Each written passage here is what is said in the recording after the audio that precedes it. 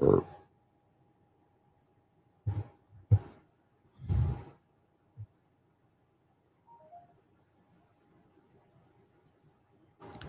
afternoon, good evening, and good day. Good morning to those of you on the West Coast. Happy 5th of July. Oh boy. Quite an adventure. We had, of course, fireworks. Left Mom's house around, I want to say 10, but that's last time I looked at the clock, so probably 11. Got back here at 4:30. We got 30 minutes of charging. I don't know how much replenishment happened to the battery. Let's take a look. Oh, before that, though, let's zip on into our studio and make sure that the video side is working.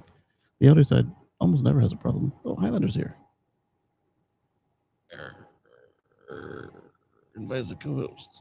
Send. That should automatically give him a microphone. I don't know why those are separate actions.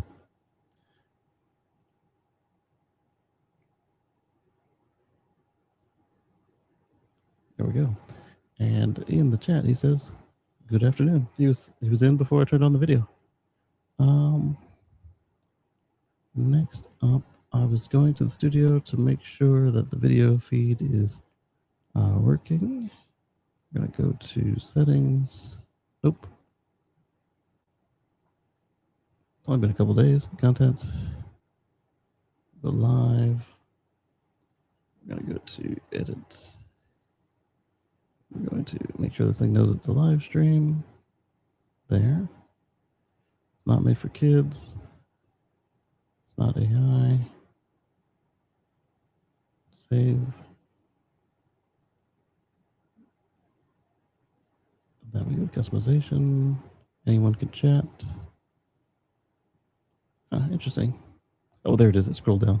But the chat is set up correctly, which is not a given. All right, so then we're going to go into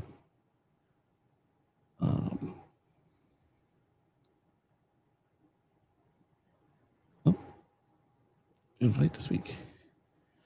Then we're going to go to unmute, and you're going to have a slight echo. Check, 1, 2. All right, I'm not hearing any of that air conditioner stuff going on in the background, but let me turn off the air conditioner because it's a little mini one and it's in the room, and the connections of the exhaust are not as tight as they need to be. And Highlander says, audio and video 10 by 10 on YouTube. Excellent. Thank you very much, sir. And I need to turn on this light so that you can see me a little better. There we go. And all right, so what's going on with me today? We were checking to see how much charge the car pulled down in 30 minutes at 17 kilowatts because it does have pretty good connection. So we came in at like 6 or 9%, and it got up to 25% before the timer killed it. Not bad.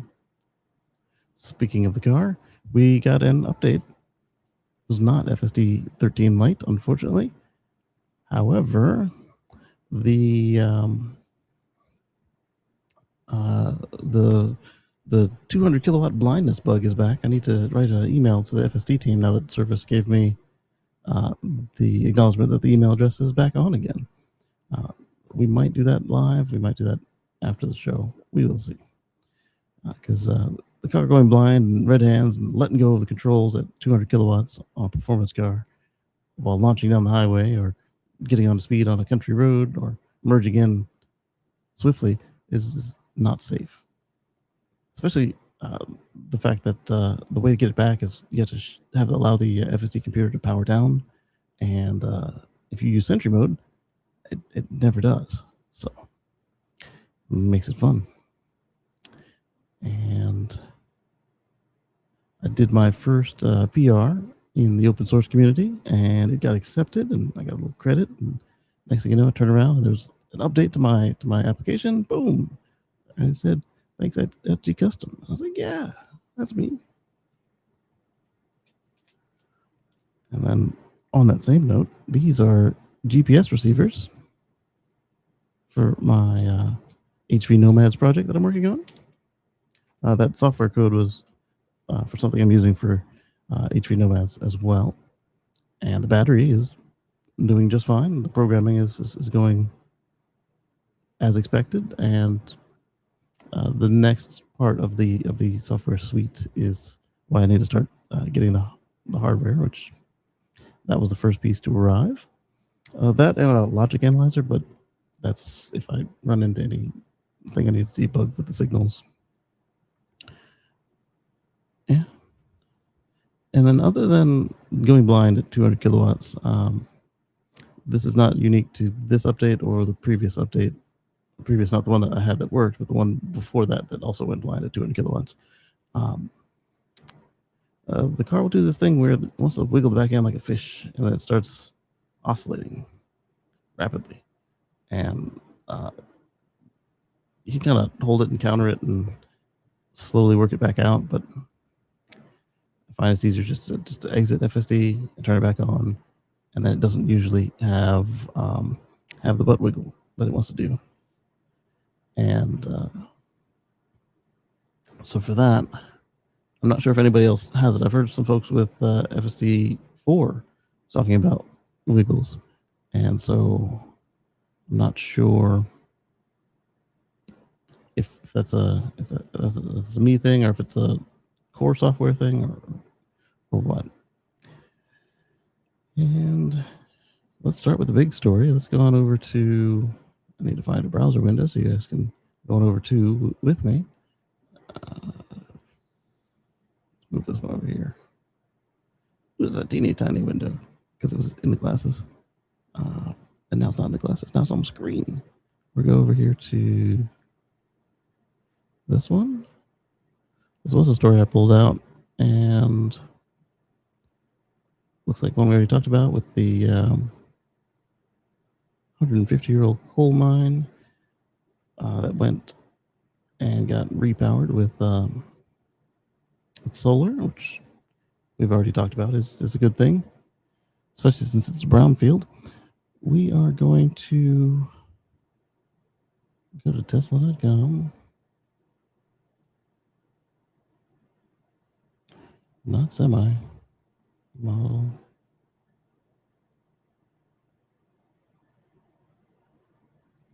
What's up, Marcus? Good to see you. And feel free to jump on camera if you got the time and feel like it. All right, so we're gonna come on over. And I guessed the URL. I guessed wrong, so we're just gonna go here.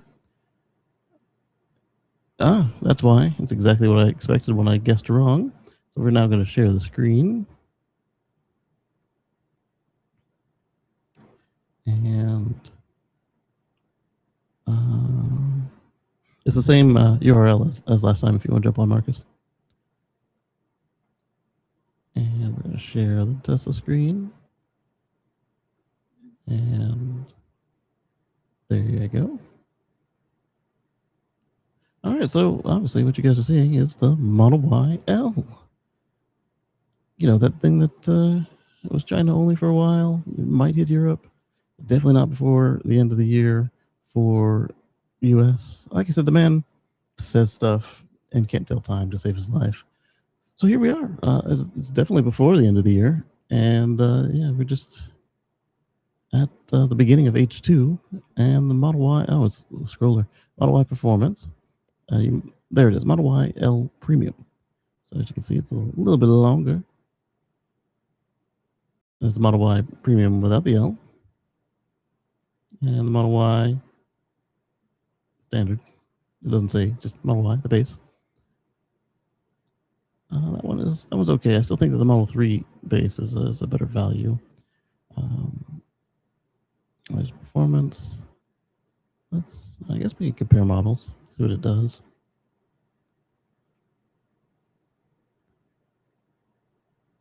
You can kind of see it in the pictures. Look at a little in the badunkadunk there. The wheelbase is a little stretched. The Tesla renderings have always been not the best. At least now the renderings look like photos. All right, so there's the Model Y L. versus the rear-wheel drive and the premium all-wheel drive. So these two are close enough to compare. They're still not comparable because Model Y L Premium is very well equipped. You got a 6-seat. As far as the 6-seat configuration, it's a decent replacement for the Model X 6-seat configuration. It's not the same thing. It's not a one-to-one, but that level of this is not this is not your daddy's Model Y. Let's see. You can't lease it yet because they haven't figured out what they're going to do with their numbers. Obviously, you can buy it for $988 a month versus $688 a month or $529 a month. This is the launch series, so that might also have something to do with the leasing. Why it's not available. The launch series is going to have, historically with Model Y and Model 3, it's going to have everything in it. Or it's just Model Y, really. Model 3 didn't have a launch series, did it? Anyway, it's going to have everything in it. So the real price should be somewhere in between these two numbers for the regular Model Y L Premium all-wheel drive. The range of performance, it's got a slightly larger battery and it's got a better drag profile because it's longer, so you can do more of the cam back stuff. And you got 321 for the base, 327 for the premium all-wheel drive, which also has a bigger battery than the base, if I recall correctly. They change it up so often. And then the Model Y L has 325 miles of range. So if you had a launch Model 3, then, well, you get that same range as you have with the launch Model 3. 6.8 seconds. That's one of the slower Teslas out there for the base Model Y rear-wheel drive. 4.6. That's exactly what you expect from a mainline Tesla. And the Model Y L launch series gets 4.4 seconds 0 to 60. So I'm assuming that that's coming from the bigger battery. Assuming that it's got more cells in it, not more parallel cells, just more series. Range and performance is up to 160 miles, supercharged in 15 minutes. Up to 169 miles, supercharged in 15 minutes, and up to 164 miles in 15 minutes. So this one's actually taking in more power, but because it's got a smaller range and a bigger battery, the replenishment doesn't seem as high. They all come with full self-driving supervised with a 1-month trial, except for the launch edition comes with a 12-month trial. And thank you. Did you get my pills? I've got breakfast. I rolled out of bed and thank you, baby. I rolled out of bed and got on here. As I mentioned, I was driving all morning.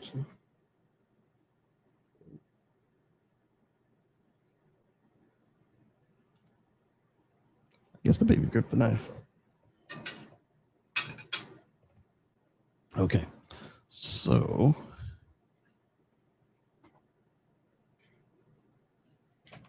thank you, baby. Yeah, so you get a 12-month trial, and then you get, or you can say 1 year included. Then you're on that subscription thing, $99 a month for the rest of the life of the car that you want to drive it and have the thing.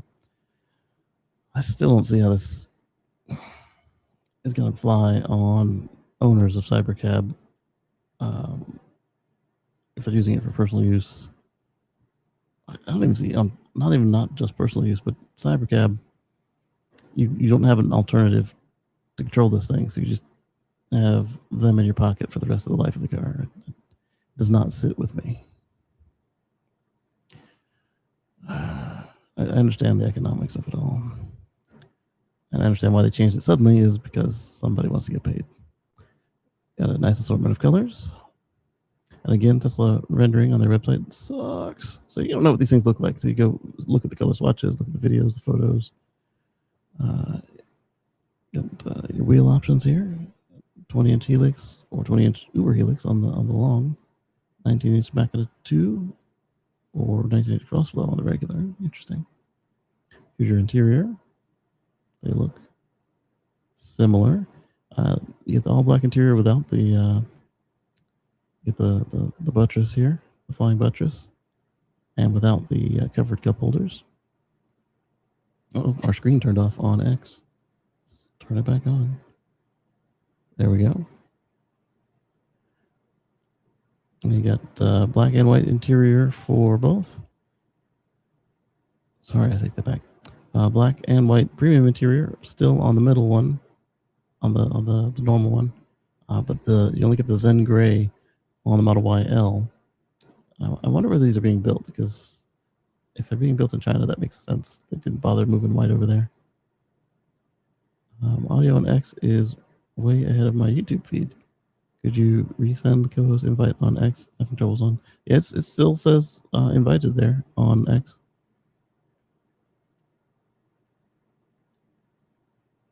Hey, Lee.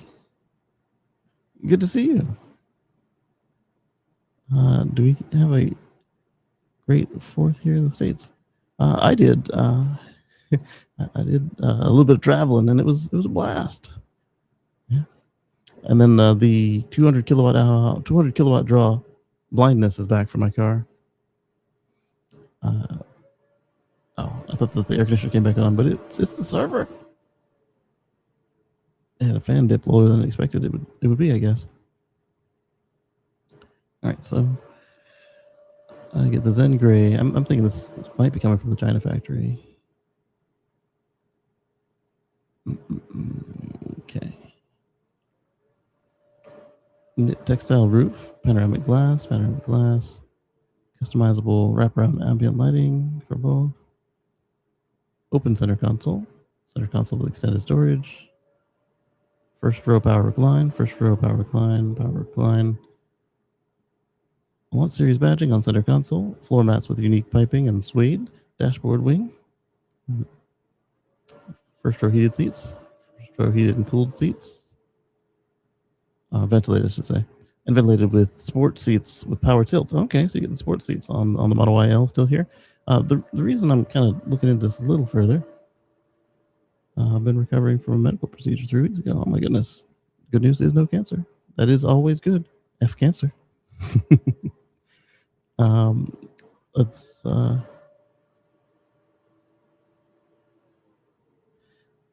okay, so the second row heated seats are both, power folding and reclining rear seats on the Model YL Premium. Second row heated and ventilated seats. Second row heated seats. Oh, okay, that's the different part right there. You get ventilated seats in the second row on the L. Seats. Ah. There we go. And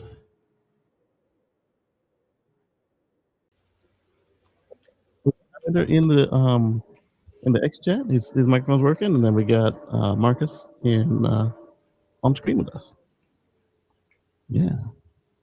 Can you hear me good? I mean, quite well. Good morning. Good 4th.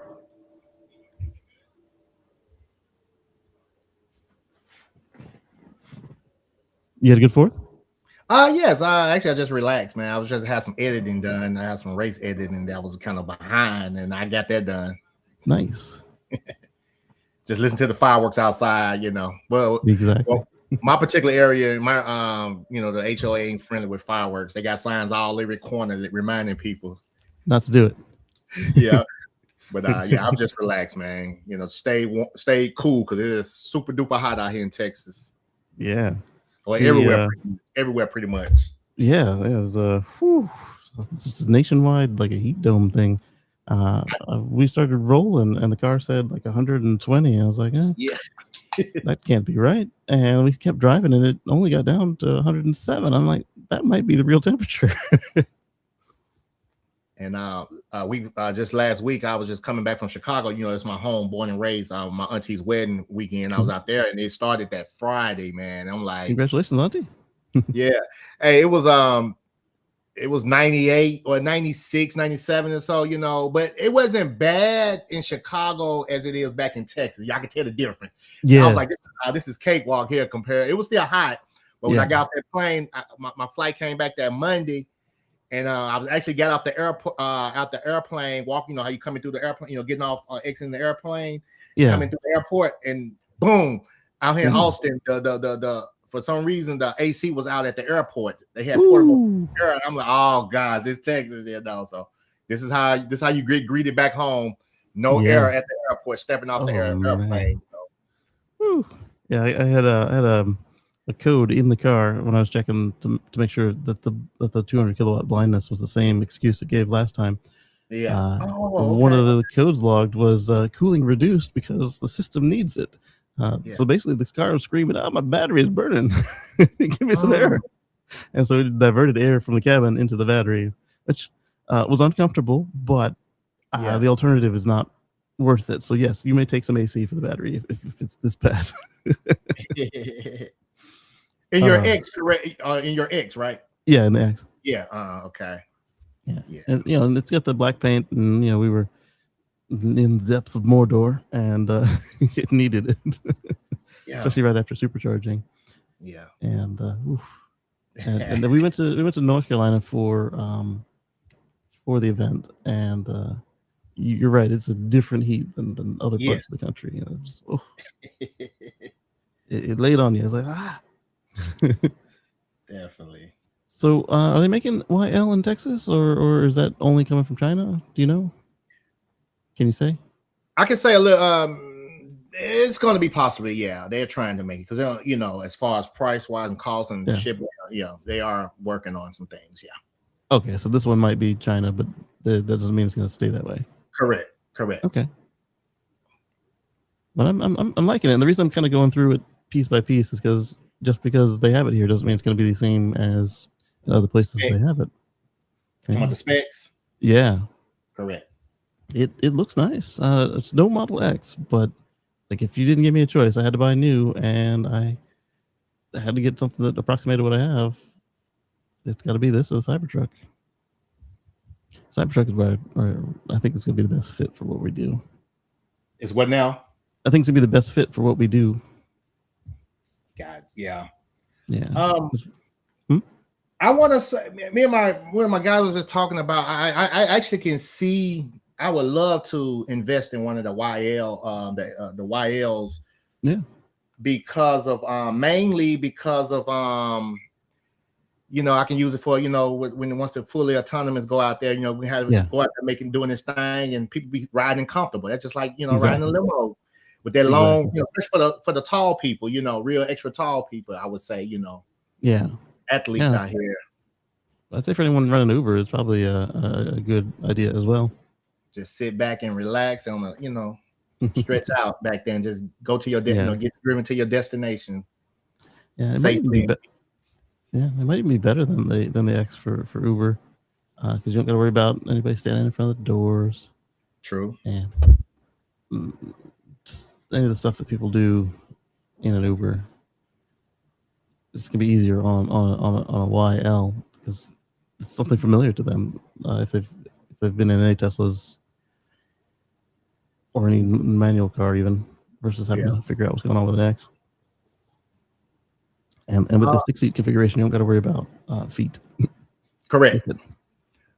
But Kacey, honestly, man, once you get the chance to see it in person, like actually see it in person, you're gonna be like, wow, like the first impression is really gonna show you the direction where the company is going and so on. You know, it's kind of setting the tone if you can kind of just think and see good potential here. I see good potential with it, man. I'm telling you, it's like it. When I first saw it in person, man, I was like, wow. Yeah. Just start smiling here, like I always do, you know. But I see greatness in it. I'll have to take a look when they go on the tour. Are they doing a tour, or are they just going to show up at the centers? They're going to show up at the centers as well. But it's going to be probably like minor tours, you know. That's something I don't know. You have to reach out to somebody and ask them that one, you know. Okay. Matter of fact, I send them a message today and ask him. He can share it with, you know. So you get a year of premium connectivity included as well, and then that's $9.99 a month. So they in your pocket for $110 a month. Hey, that what makes me constantly look at my OG, as I call it, OG white ghost by 2030. I love it because my internet is, my internet is free. My charge, you can't beat that. And then the cool thing about, ever since I, upgraded the infotainment system, I mean, I got the latest and greatest. So the browser is just like the browsing and smoke, smoke running, Yeah. Yeah. Oh, that what makes me just embrace that. I'm glad it was at the time in the situation that I either, replace the battery pack at the time or get a new car. And I took I chose, it's on my YouTube. I chose why I decided to go with a new battery pack. And that bad boy's pushing a little over 202. I got over 210,000 miles on that bad boy. Now. It's going strong now. I go out in the garage, look at it every day, like this is my baby. I love my OG because of that. So this is interesting right here. So they did a better suspension all around. Electronic continuously variable shock absorbers versus frequency dependent passive shock absorbers. The middle one is a 2-stage, right? What's that? I think the Model Y was a 2-stage, the premium, and then the Model YL is correct. Wow. That is correct. That is correct. Chill standard. So this isn't even the. I guess they want to throw in the performance there. Okay, chill standard and probably like ludicrous. Driver assistance is FSD capable. Traffic aware cruise control. Oh wait. Oh no, traffic aware cruise control. That's not auto steer. This one comes with 12 months. So with a 1 month trial. External power. So it does have the vehicle to load capable 120 volts, 20 amp AC charge port and outlet adapter. Still got your towing capacity at 3,500 pounds though. A lot of times when somebody stretches a car, they drop that. Either remove it entirely or it lowers. That's good to see. Right. That's right up your alley, right? That little towing, that's up your alley. That's a little towing. Yeah, it could get a little bit done, but I need. I'm sitting there complaining about the 5,000 pounds on the X. Anymore. So it's going to be pushing us towards the Cybertruck again as well, because we got some stuff coming up that it's going to need more than 5,000 pounds, but not right away. I'm going to build it around the X, and it's 5,000 pounds to start. 89 cubic feet, so you can tell it's definitely taking advantage of that longer wheelbase. And then these I mean, honestly, I can remember one of the guys was saying about that. We was looking at the different, like as far as looking at it on camera or paper here. So it is a difference, man. Once you see it in person, like that 89 versus, you're gonna see the difference, man. Like, wow. Yeah. And then again with the price, this is a launch edition, so I said it's going to be somewhere in between the Y Premium and the Y L Premium that we see today. The performance is. I wonder if it'd be similar to the performance. Let's can't lease it. Let's go to cash. There we go. I don't like they started the financing. Get enhanced tech, spacious. This is new for them. They didn't usually do like this. Let's see what happens. Subscription based. Audio system with 18 speakers, 1 woofer, 16-inch front row. Oh, it's got the new screen up front. 82nd screen, child safe. Yep, it's got the power armrest in the middle row. Oh, it's got the X fence on the second row. Did you see that on the pillars? I see. Those are nice. On the X, they don't turn on to use seatbelts, so my kiddos are using the front AC. That's correct. You're right. You're so right. You're right. They could fix that, but it's not even worth putting the suggestion now at this point. Because one, by the time they think about it, two, the car's already gone, so it's gonna be a self-solving problem. they'll be in seatbelts soon enough. Spacious interior.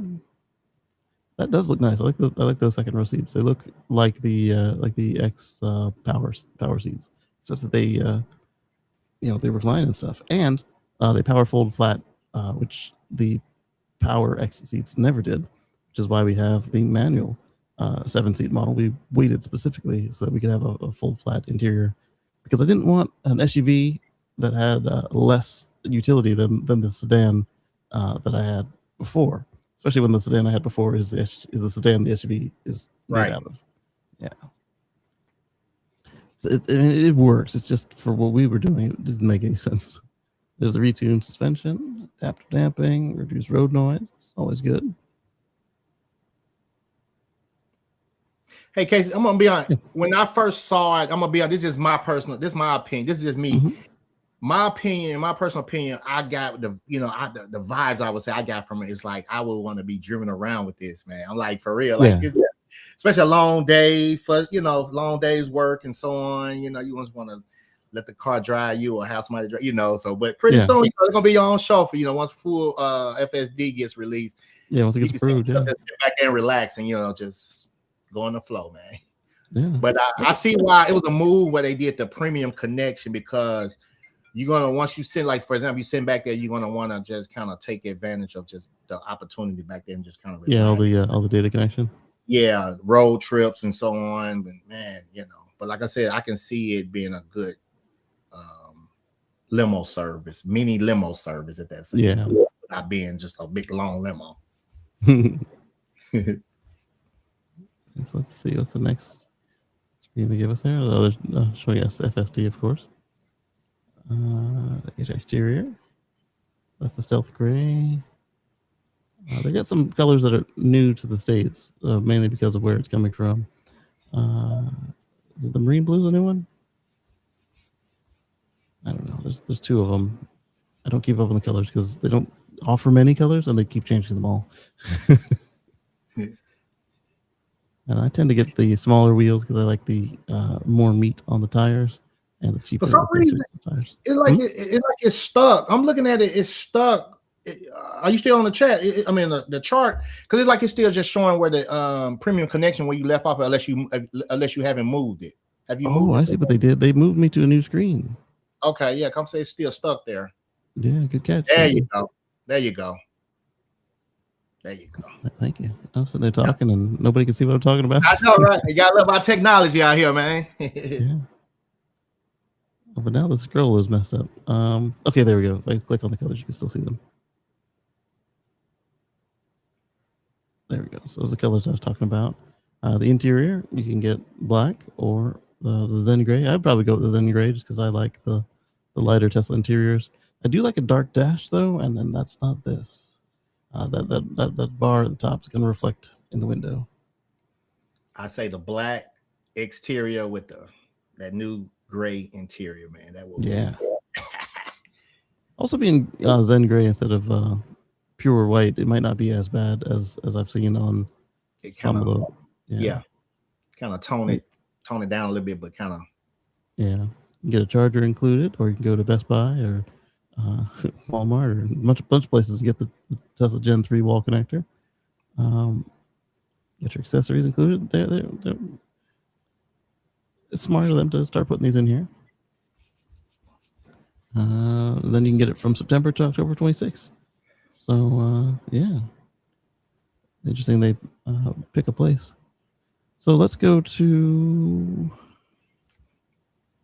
I think that's all we need to say on the Model YL, right? Surprised that premium connectivity isn't lifetime on the Launch Series YL. It's lifetime on the performance vehicles. Yeah, I agree. I guess it does have a cost to it, but you're a premium mark, and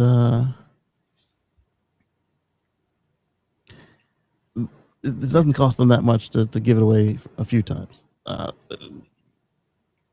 Even if they just do it for the first owner.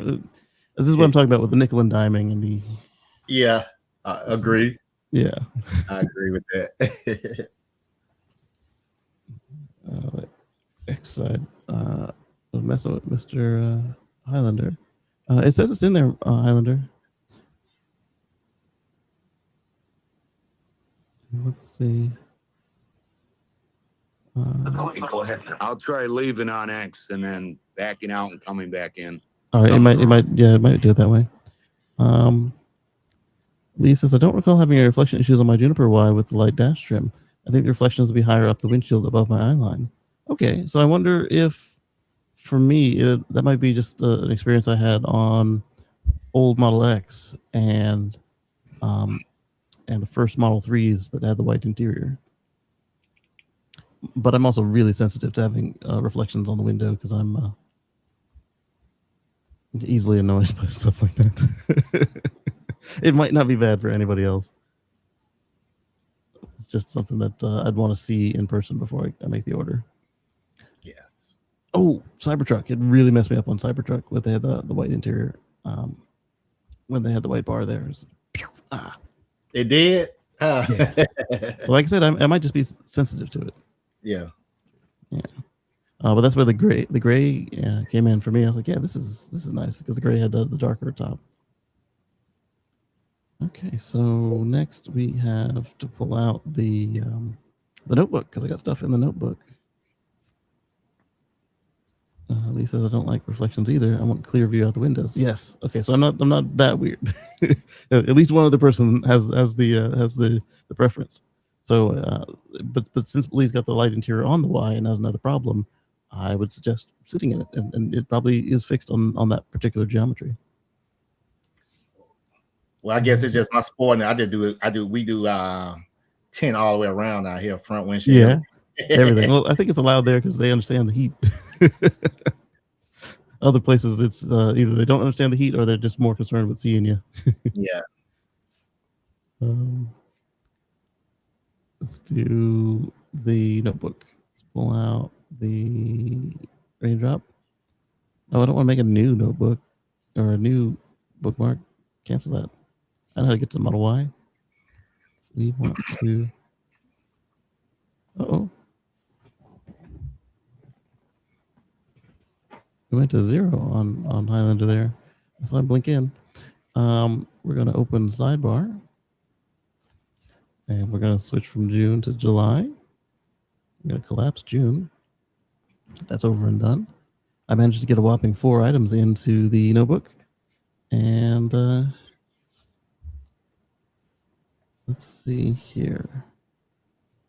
Oof. Well, let's see what this one is before I get into death and destruction. Anders celebrates 53 months of membership. Thank you, sir. It is very much appreciated. Let's go to this one. It says it's official. Oh, that's not for this. So I have a service called Project Genesis that they're gone. They quit business. It was unlimited internet on a little hotspot, and it's gone. It has nothing to do with the show. I don't know how it got in there. Good evening from Stockholm, Sweden. And yeah. So I guess before the death and destruction, let's find something else we can talk about. Let's okay.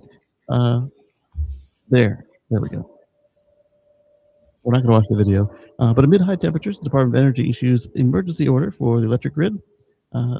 This is another reason you want renewables and storage, because without them, then we're at the mercy of the environment and our ever increasing temperatures and what that can do to being dependent on it. PJM is confronting hot weather conditions, accompanied by forecasting temperatures around 95 degrees Fahrenheit. Oh, that's all? Or higher, affecting states within the PJM's region. And with temperatures forecasted to exceed 100 degrees Fahrenheit in the BGE, PEPCO, Dominion zones, it's like everywhere. It's a huge swath.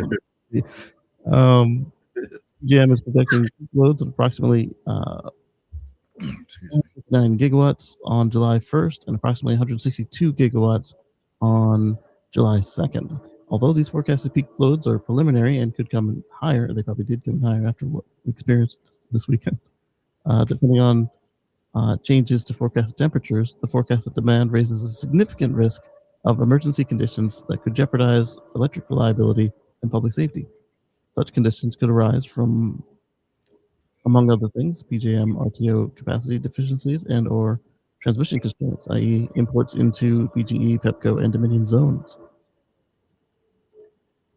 Yeah, so we need more generation, clean generation, and more storage, dispatchable storage. Some of you guys may have seen this depending on how your air conditioners are set up. If you've got internal, if you got air conditioners at home, I know some people don't, and that's even worse for something like this. My system here at this house and a couple people I've talked to, their systems could not keep up with what was going on. They could only just knock it down, and that's the fact that it's knocking it down means it's working. But this room here got up to 90, and the main room was not reaching the set point, and the machine was complaining there might be something wrong with your system. There's nothing wrong with the system. It's just really daggum hot outside. Yes. Oh, yes. Oh no! Islander says my neighborhood lost electricity last Wednesday because of the increased air conditioning use. Was off for 4 hours, and we never opened the refrigerator door. Yeah, that's a good idea. If you do lose short term, do keep the cool in the refrigerator. It's built for short outages, so definitely do that. Or if you guys can swing it, you want to get one of them. Either the portable packs or like we talked about at the end of the show on one of the Tesla Live shows where we're talking about that new system that's it's got the per not really per room but per location. That one's pretty good too. I'm hearing stuff happening over here, but I don't understand because the baby sound was way there. And nothing over here has got a motor that would allow it to rock back and forth. All right, so that's what I was getting on with that. So now, like I said, the death and destruction, and don't mind me eating during it. I'm trying to keep the sugar balanced out, and hey Casey, before I just hopped on with you just then, I was looking at the app because my wife was trying to go somewhere later on. I was looking at the car, so would charge because I didn't plug up last night. But look, I was looking at the the grid. Man, we pretty much topped off already, and we're doing our good deed here. We putting the it's 100 out there right now. We run the AC on both levels. It's and we do it's still going back to the grid, man. I'm like, we doing our due diligence here with the solar and the power wall. We putting it. That's right. Putting it back to the grid. From that beautiful sun out here. Can't go wrong. Can't go wrong with that. Okay, so now, like I was saying, death and destruction. Do we want to start with the semi, or do we want to start with the old lady? It don't matter. Hey, it's good top. Both of them good topics, so it don't matter. Okay, so let's start with this one here.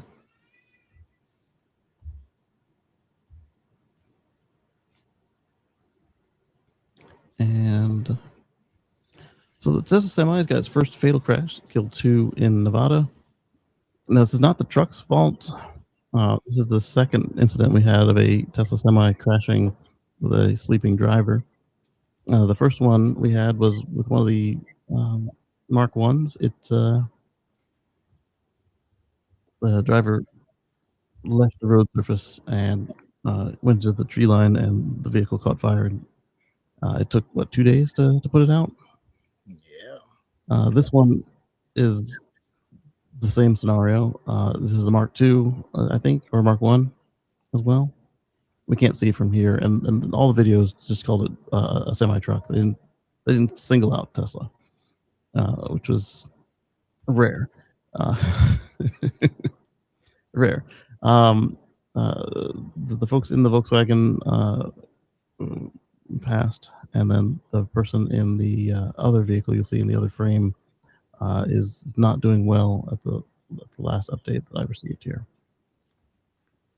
It was 3 people? I thought it was just 2. Yeah. The bug hit another car. Oh, okay.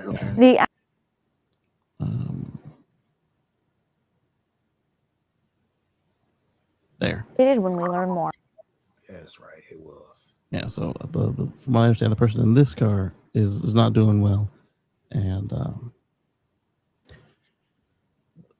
we talked a little bit about this before the crash. I was suggesting that they need to hurry up and turn on the safety features on Semi, even if they don't want to get into the conundrum of what to do with FSD on the Tesla Semi yet. because we were talking about they had the test rig going, and we were talking about what that could mean for FSD. Would they do the platooning? Would they do regular FSD? Would they do auto steer? And I was like, yeah, they need to turn on auto steer and they need to turn on the safety features, both of them as soon as possible. And this, I was thinking of the fire one, but this is what we were fearing by not having the safety features. And no, you can't blame Tesla for that. But the comments we saw on the main line for that was like, well, my truck this and that has this and that standard, or my company insists on this and this third party software for our truck. Why doesn't this have this? And I'm sitting there like, it's not that it doesn't have it, it's not turned on. Correct. They got it. It's got all the hardware there. Correct. And I'm hoping that this is able to prompt them to make it more urgent to turn on just the safety features at the very least. But this one right here, the drowsiness detection, it's already there on all the new Harbor 4 cars. The car will tell you, hey, about the third time you close your eyes for 2 seconds for a nice long blink, we're done driving. Let's pull over. And it's the same in the truck. I don't know what calibration they need to do, but they need to at least prioritize turning this on, because this is going to happen again. That's the crash I got into in my car, where we were running on the road and all of a sudden, blam, blam, blam, blam. We were getting hit by a semi-truck repeatedly because the guy was in a micro sleep. Is our speculation, because that's the only thing that makes sense given his extra legal drive schedule that we discovered, and nice clear day, and nobody would do something like that unless they were attacking us, which he clearly wasn't. On a truck that normally doesn't go on its own. I want to ask you, if you didn't mind, I don't want to get too deep, but did it come out about for your particular situation when the truck driver hit you? Did it come out that their record was showing that they was probably excessive working, or it was over their hours, or anything like that in the nature? I'll say in the log it looked like he was teleporting. It's the only way he could have legally been making the moves that were listed. Doesn't mean that they weren't wrong, but if they were accurate, it looked like he was teleporting around the country to be on time. Correct. Okay. Yeah, I'll say that. Or he could have had a team driver and it wasn't listed or whatever. But this nightmare is almost done. 10 years later. Ridiculous. Insurance companies, yo. Hey, I know. Yeah. Tell me about it. We go back to court again this month. I need to look and see when. Ugh. This has been going on for how long? About 3 years? February 28th of 2018. Wow. Yeah. Wow. Yeah. Yeah. You feel my frustration. Yeah, I totally do. You put life on pause. Yeah. Let's see. We were saying, me and my guy was talking. We were saying, let's just a hypothetical. Unfortunately, situation happened to everybody. Even in this event. Let's just say if it was just a normal 18-wheeler or whatever. Would we heard about this? You think? Yeah. Talking about this now. You think if it was a regular 18-wheeler, would we be talking about this today? Not at all. I mean, the local people were, because it's a truck crash, and that's not correct. normal. Correct. Yeah. Not national. Yeah. Unlike this other one that we're going to talk about, this one, just because of who it is, it's always going to make the news just because they have nothing. Always. Ugh. They go out of their way. Oh, what brand of car crashed? You think that'd be the first question, huh? Mm-hmm. But this one, they went on the ignorance of the constabulary and the confusion or lying or blame deflecting of the driver, and the story got way more big than it needed to be. So here is an update on we've covered this one, the Model 3 Highland that collided with the house while the automation was turned on and the driver's foot was pushing the accelerator to the floor. Which totally disengaged you immediately. In this case, it wasn't to the disengagement. It was disengaged, right? But it's not gonna set that to that speed, whatever that. Right, it couldn't brake anymore. Yeah. Correct. That's what I meant. Yeah. Yeah, and so the braking is turned off, and you got the flash. Like within like the first second and a half of my foot being on the accelerator, the thing starts telling me, "Hey, your car will not brake. So your foot's on the accelerator. Hey, yeah, it's on you." So. I don't know. This one I might just play it's 2 minutes. Let's listen to their update. Tesla that killed. Aragochi Aloka is in the newsroom with more on the driver's charges.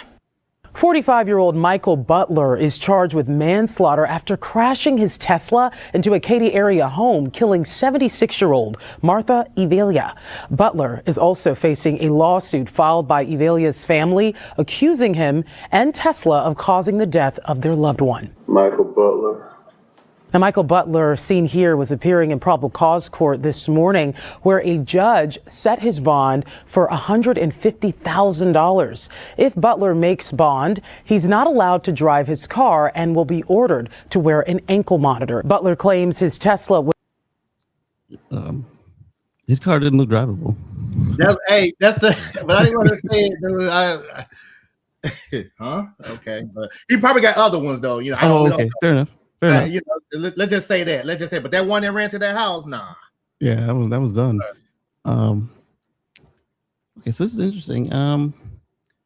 I suggested already, don't blame the family of money grubbing. If the only way they can get their home repaired with their home insurance is if they had to let the insurance company take the lead in this case, and the insurance company wants all their money back, and they know that this guy probably doesn't have the money to fix the house. They're going to go for the bigger pockets, and they're going to immediately go for Tesla, even if no normal person would accept that. Let's continue.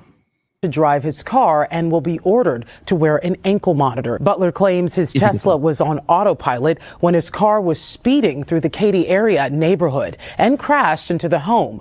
But that's near you. Or Texas is huge, but that's nearer to you than it is to me. Yeah. Katie's not that far from me. Okay, that was fast as hell. 78 miles an hour. He was on the frame for what, three frames. That car was speeding through the Katy area. So that part we saw on another, or I saw. It was like there's no way it'd be going that fast in the neighborhood. I think Elon said the same thing. And neighborhood and. Because like I just did a video, I just did smoke in my neighborhood one day. I was just riding around, just activated FSD, and just to show you, I think in my neighborhood on a good long strip, I think it won't let me go no more than the speed limit itself was 25, 30. In my neighborhood. So yeah, this neighborhood is 25, and the car says it wants to do 35, and it never does more than 28. Correct. Which is probably good because these people crash like crazy. So you could have a kid pop out or something, and it. I like that it evaluates the conditions, even though it knows how fast it's allowed to go over. It's like, yeah, that doesn't make sense to go this fast in this neighborhood. And so these folks are just sitting at home enjoying their life. And I know that based on what I can see here, that the FSD was internally screaming, "Hey, grass, car, curb, house," but if the accelerator is on, it can't do anything about that except maybe dull it. But if it's already going, dulling it doesn't do anything because it dulls it when you try to go and it thinks you're trying to run over a gate car or a bicyclist or right. Guard or whatever. I can imagine that those warning things was going off now. I can imagine. Just see the inside of that cabin over here. Yeah. And before I saw the guy, like he looks fairly young. I was thinking, okay, maybe it's an older person who shouldn't be driving anymore because their facilities aren't there anymore, and they had pedal confusion, and so they just pushed down harder, thinking they were pushing the brake, and then just freaked out. I'm leaning less to pedal confusion at this point. He looks like somebody who should have been able to have adjusted to that, given the extreme distance he traveled. Okay. I get, don't judge a book by the cover, but from the motions of the video, it didn't appear that he was motion challenged enough that this should have occurred. And then they did say they ruled out alcohol from understanding. What the heck is going on? Yeah. Highlander said, "Good luck in court, young man." Oh, me. Yes, thank you. I thought you meant the young man that did this. But yes, me. Thank you. I need it. Wow. Let's continue this update, and we'll continue to look at it and speculate and comment. We are coming at it from owners and regular drivers of this system, so we know this is not in the wheelhouse, in the realm of anything the system might do when it's freaking out. Question to the home, but Tesla's vice president of AI posted on social media that vehicle data showed Butler pressed the accelerator to 100% and reached a speed of 73 miles per hour before the crash. You know what? I really like that they did this update. Like, so many times that these things have happened, they just leave it and move on to the next. You don't hear nothing else about that. Right. And here they give us the full update. They copied what Ashok said. They said who he was. They didn't say his name, but they said, what his position is. They gave the full clear report on, that it was over 73 miles an hour, that it was accelerated all the way to the floor, and that the system was active as stated, but it was not in control at that point, because it was while it was on, the driver was overriding all of the stuff. Oh man. I hope they give us an update on the person who didn't die. Are they okay? Because it says one person dead. There was whoever was in the house with her was injured. Last I heard. Now, the lawsuit filed by Evelia's family alleges Tesla's driver assistance technology and the actions of the driver both contributed to the crash that killed the 76-year-old. Evelia's daughter was in the backyard when Butler rammed through the front of her home, killing her mom. I don't know if it's his fault or is it the car's fault or like what really happened. I've never seen a car go that fast. He didn't deserve to go that way. He was the best grandma, the best mom. The loss is going to be very hard. Very heartbreaking there. And the Harris County Sheriff's Office says investigators have found no evidence as of now of a mechanical malfunction, but stress the investigation remains ongoing. Of a mechanical room. Ugochi Iloka, KHOU. So that is prudent to go and pull the EDR and the electronic data recorder and see if what was going on up to the minute. Yeah, right. If the car was saying that it had an issue, because that does make a difference. And I get the insurance company going for whoever can actually pay, but to let her think that this machine killed her mother is so heartless. And I'm gonna say this too, because I've been, when I had the time and look into it, I was like, especially here in Texas news, to see it was only a couple of people like that one you just showed that put their update out there, but other ones just let it go on, that same narrative, Tesla FSD ran into the house, Yeah. But another thing I want to say, this for people that think the cars really just take over you still in control of that car. Like he said, he hit the accelerator to 100%, meaning the car didn't slow down because you put your foot, you're still the driver then, but if if it was FSD fully, on its own, it wouldn't have did that. If anything, would have slammed on brakes, because we all been there. We know how that go with that. Yeah. I've had two incidents in my life where the car didn't do what I expected, and one, I had the wrong pedal on, and two, I had picked the wrong gear. Like, I did the switch and it didn't go all the way in to register what I thought I picked. I don't know if it was in the Volt or the Prius or one of the Teslas, but immediately when it wasn't doing what I expected, picked up both feet, and then I really like that one that Mark suggested. You come in and you put your left foot on the brake, because there's no way to mess that one up. If you're a 1 foot right 5 foot driver and you come in with the left, the first thing you're going to hit on automatic is the brake pedal. And if it's the clutch on you shouldn't have so many pedal confusion on a clutch. But again, even if you hit the clutch with your left foot first, it's going to kill the forward power of the car. Excuse me. And I'll leave you to figure out which one's the brake with your right foot. Hey, Casey. Yeah. Casey. Yeah. Look, that phantom brake is still real. Like for example, I was coming from the unloaded smoke off the trailer a couple weeks ago. I was bagging it into the garage, right? And I be bracing myself forward because that parachute, it tends to think it's somebody back there sometime. You know, my parachute on smoke, and it slams on brakes when I'm backing up in the garage sometimes. Ooh. Because phantom brake, because it just senses, you know, it thinks it's somebody like following you. Yeah, I think it's a motorcyclist behind me. Oh, I think you're trying to back over a motorcycle. Yeah. Yeah, because my parachute when I'm in reverse, when I have the vision on. Yeah, but you're only on partial throttle, so it's able to put something in. But if you go 100, it can't stop you. Yeah. Safety. Mm-hmm. And Anders pointed out that he drove. He drove past his capacity, and I like the way that you mentioned that. She just want to say hi. She don't want to sit with me. Bye-bye. But Casey, you can't say Tesla got on that quick on that one. Usually, you know, you don't hear about it for a while, but they got on that one. They got that data out there like real fast just to show, you know, the 100%. Yeah, that's classic Tesla. I missed that, where they wouldn't just sit there and play punching bag. And it's like, hey, here's the data. I like that. It's smart. So Andrews, I do have a question for you. We talked a couple shows ago. I guess you weren't on while we were live on that one. What is your opinion on Sweden asking Tesla to remove the ability for the car to speed? The biggest confusion we were having was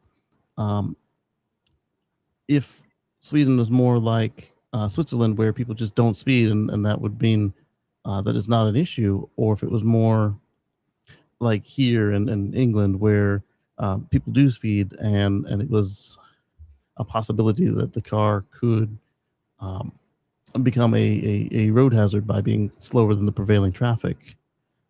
And then I also understood the point of your government making the request, in that they felt that if they allowed the car to speed, they're letting the genie out of the bottle.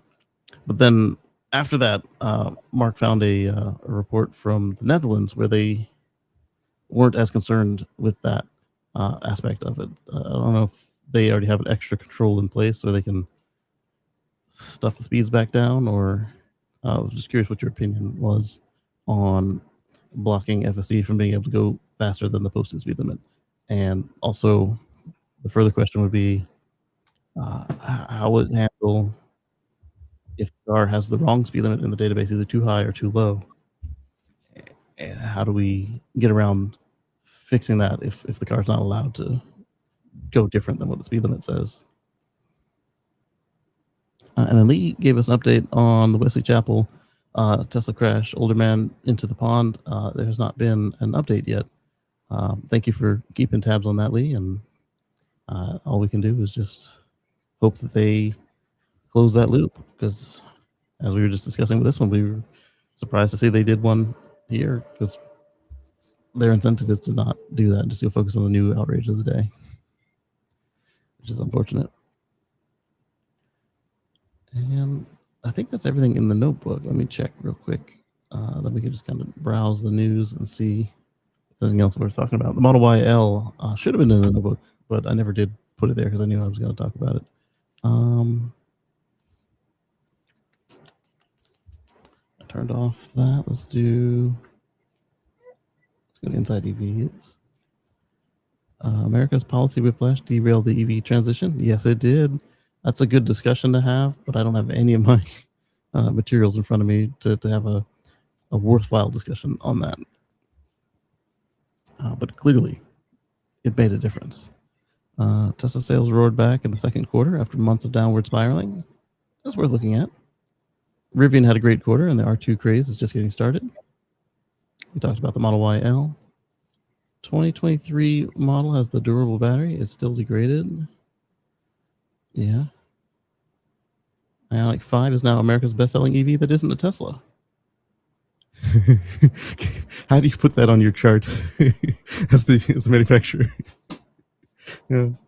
The second best-selling. Well, you can't even say that because the second best is also Tesla. So you say the number 2 brand of EVs in the States. I don't know how you put it, but it is a good distinction. But you can't brag about it. I mean, we can as owners and enthusiasts, like the Hyundai owners, can be like, "Yeah, we did it," but I don't see how the company says it without. It doesn't look good as the company says. We're almost number 1. Polestar EVs are a whopping $25,000 off after the brand got kicked out of America. All right, that one's worth talking about because you guys know me and a good sale, and my whole thing is that since these Geelys here are basically Volvos, that I don't feel they're as big of a risk as, say, a Fisker or a VinFast, because there's still people around that know how to work on this thing. So we'll talk about that one. BYD reclaimed the EV sales crown despite Tesla's huge quarter. Yeah, they can do that in volume. Lee says, if I had 5 friends to drive around here, I'd get a YL. I don't even have 5 imaginary friends.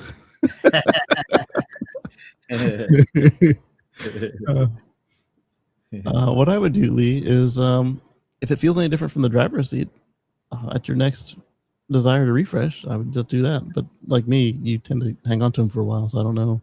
I don't know how you work it in there.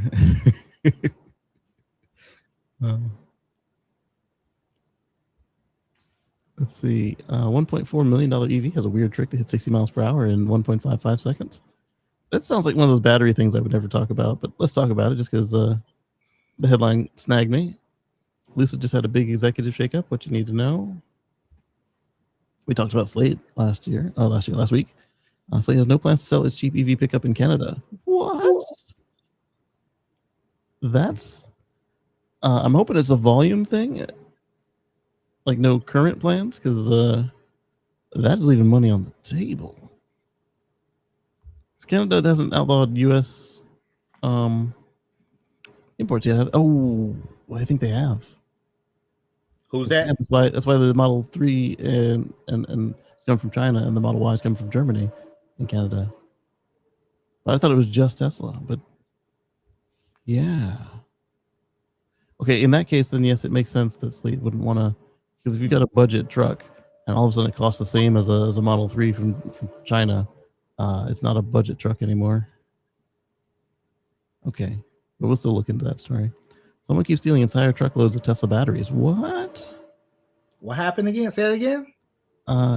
Thieves have made off with trailers loaded with Tesla battery packs straight from the factory nearly a dozen times since December. That will be worth looking into. Tesla starts testing steering wheel-free Cybercab in Austin streets. Can it match Waymo? So we saw the video on that, but then also somebody found that the lot with Cybercabs in Dallas or Austin is full. So I'm wondering if it's imminent. An app flagged this Tesla battery had degraded. The car said it was worse. 4-year-old Model 3 Performance scored 88% battery health in Tesla's own test, lower than its owner expected, but close to a prediction by a third-party app. That's interesting. So it sounds like they might be a acquisition candidate. Okay, so I think that's enough of the sidetrack. We will look at each of these stories and then see where you guys want to go from there. Let's hey, share tab instead. I want to say right before you go far, I just want to mention on the battery situation. I mean, yeah, they know them jokers are, kind of traceable. They right? They all have serial numbers. And they end up they pop up in the vehicle. It can be traced down. Just FYI. Oh, that's that part too. Oh, if it's a whole pack, yeah. You gotta be married. Once they get married to that VIN. Yeah. So I'll see how far that goes. Anders gives us the update. He says that most people drive too fast here. The cruise control on my Kia EV6 can be set to 180 kilometers an hour. In addition, I can set plus or minus 10 kilometers an hour against the speed limit. So I think if they do that same standard, then that would be fair. And I get you don't want the unsupervised FSD to be able to speed, but this is supervised FSD, so I don't know. I'm curious. Anders says, if the Swedish Transport Administration or the Swedish Transport Agency that has stated FSD should be stopped if it can be set to a speed higher than the speed limit. Right. And I'm confused how I would get it if that was the standard for every other automated, semi-automated car, like with cruise control or lane keep, or but they're singling one out. And this isn't for full autonomy. I get it. For full autonomy is a different situation, but again, you don't want that car to get rear-ended every day on the street because nobody's expecting a rolling roadblock.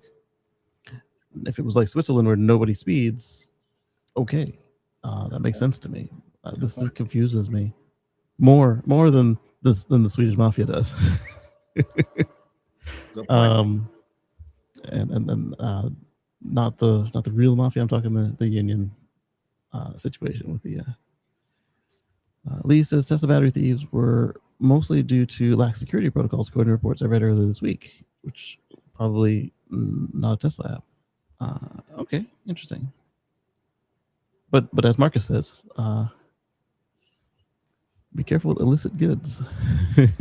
Right, because no matter what, let's just say, for example, one of those batteries, this is somebody selling the, it's being sold on the black market, right? Boom, somebody buy it, and then you got, you take it to go, somebody put it in that car and so on, it's going to probably flag that battery is one of the ones that in that batch that have been stolen, because it has to be married to the VIN number.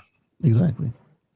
Or even if it didn't already have a car picked, if it's a complete battery pack ready to go for warranty or ready to go into the factory, then at that point, Tesla knows number 1000 to 1007 have been misallocated.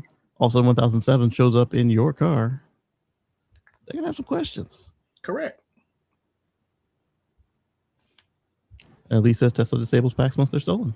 Once they're marked stolen. Yeah, it depends on where and how in the process all this happens. Correct. If it's got that capability, if it's like, let's just say it's a pack ready to go, let's just say if it's hypothetical, because I don't know the story behind it, but let's just say if it was a whole pack pretty much ready to go, ready to get in that particular vehicle, right? Mm-hmm. And whoever's mechanic doing it and so on, you still got this process you have to do once that battery pack is with that particular VIN, and it's going to show up on the network unless you think you're gonna have a car that's not on the network, because it's going to flag. It has to be married to that VIN number. Exactly. And even when you go start booting it up, it's going to say, hey, we couldn't actually turn this thing on. It said no. Correct. And that's that would be the true definition of a brick battery, just a dead weight. Worse than a brick. If it's raw, is because you plug it in and all of a sudden you got people show up at your shop.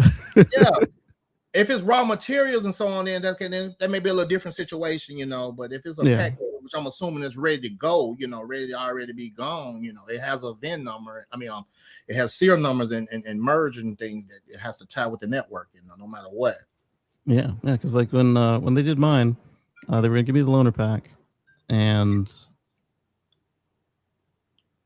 so then they told the system that, hey, you're gonna be bringing on this loaner pack. This one belongs to us, and then they had to do some stuff in the computer to move that pack to me and to make mine the loaner pack for the shop.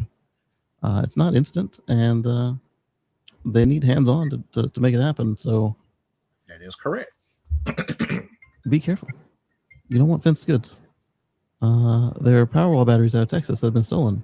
Saw the first article on Tesla app. Okay, I will go there next if this place doesn't have the details. I was looking for the share button. Each time I come and click the share button, I get distracted. Share screen. Spin.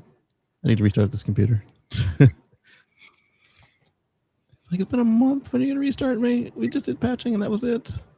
All right, Tesla sales roar back in Q2 after months of downward spiraling. Looking at Unclear. ACAEA points to a huge surge in sales in the European Union. That's good. And we talked a little bit about this with Giga Berlin and their increases, which is good to see. Let me go somewhere with this. Make sure. I don't like to talk about the shows before they air. I don't remember what order we talked about them in. Let's do here,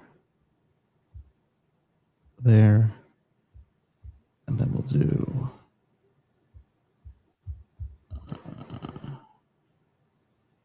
collaborations.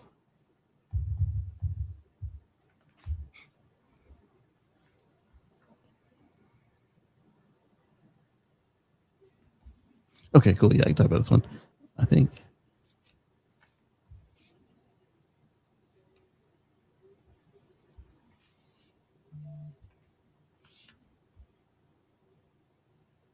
Yes, I can. So we talked about how the sales are doing well in so well in Germany that they were able to add more shifts, and so it's good to see that the data agrees with the hiring. And maybe they'll be able to do more than 1,000. Maybe they'll be able to soak up some more of the better VW employees that got the axe. Global deliveries in the second quarter beat expectations. Oh, it's a good thing. It's not easy to do because Wall Street will just move the poll on you throughout the quarter, and that's good. They did 480,126 deliveries in the second quarter, 25% year-over-year jump. That's good. Other models, including Cybertruck, are now, and the now discontinued Model S and X, made up the remaining 12,364 deliveries, up 19% year over year. So it seems that the gas price is able to make up for personal distaste of individuals that folks are having. And somebody managing to stay out of the news a little bit helps. just to say that. Second quarter deliveries at 406,024 units. The automaker blew past the number by 74,000 units. All right. I think part of the reason that the Wall Street was so pessimistic is they're believing this narrative coming from our government that, oh, nobody wants EVs. EVs are down, blah, blah, blah. Meanwhile, the price of fuel is just skyrocketing. Playing in their face. Mm-hmm. And that's the other part about it. If you're going to read the tea leaves, you got to read them yourself. If you're trying to follow the narrative of whatever they're trying to force us to do, it's gonna blow up in your face. Let's see. FSD finally reached Europe. Now speed limits may slow its expansion. We were just talking about that, and Andrews was telling us what he's seeing. Starts testing Cybercab on city streets. Teslas will now deploy their airbags before crashes happen thanks to cameras. I don't know if we touched on that one. But here's the batteries thing. Someone keeps stealing entire truckloads of Tesla batteries. Thieves have made off with trailers loaded with Tesla battery packs straight from the factory nearly a dozen times since December. Oh my goodness. And so, yeah, Powerwall in this case. But there's a Model Y there, so it's ambiguous. Millions of dollars of battery packs have been stolen from Tesla's Gigafactory. Since December, nearly a dozen trailers, and we're talking probably the 53-foot trailers, right? Filled with Powerwalls have been nabbed. Yeah. This is another one. If it's a full Powerwall, like it's done and they can go to commission it, yeah, serial number 7006 is ready to come online, sir. It won't go. It's refusing to power on. Wonder why. Correct. And if you're a shop that's licensed to commission these things and turn them on, and Tesla goes to pull a report, and you've got 12 of the stolen batteries out in the field for your customers. Hey, something gonna arise from that. I'm pretty sure. Yeah. And once it's in a Powerwall, likely to see people taking it apart to do something else with it because that's not worth the labor. 3 people allegedly linked to the crimes have been arrested so far. I mean, you hear about that one? That's a good, so much be going on right under my nose, and I don't hear hear about certain things. But I imagine that this was not a hard thing to track down once they figured out what was happening. Of course, like you got a bunch of shops saying, "Hey, why are we having trouble turning these things on?" And you look at, oh, it's marked stolen, and then they say, "Hey, can we get that back? We'll switch you." They switch it out for one that's not stolen, and then they start following the paperwork. Well, these 3 people were probably thought they were being smart. They were probably had beacons on their necks. Yeah, right. Stealing a Tesla and getting away with it might be more difficult than stealing a truckload of batteries straight from the source. For the last 7 months, Tesla's factory has been dealing with some crafty thieves who managed to pull a gun in 60 seconds heist at least 11 times. Highlander says, sorry to interrupt. People are coming in and out of the accident, so I'm not co-host. Oh, I'm sorry. Let me turn the screen back on. And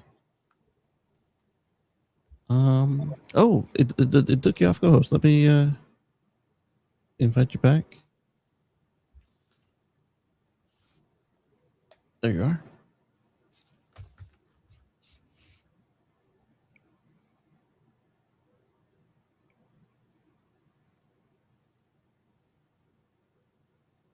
Are you talking about on X? Yeah, on X. Okay. There we go. Is it still live? Yeah, it says it's live. Invite to speak. Invite to co-host. Send. Do you have a third account? Is that what? Did I mess it up?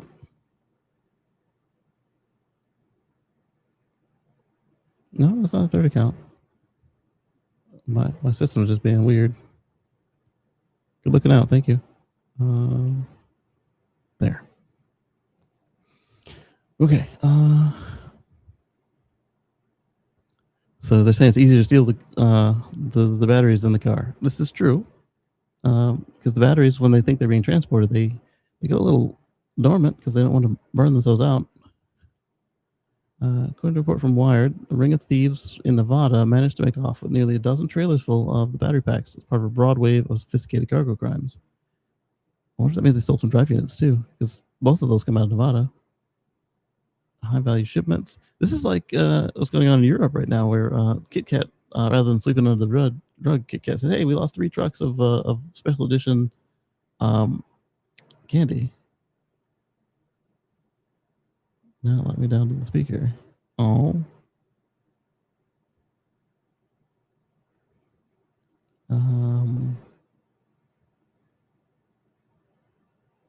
Says mic off. I'm listener too.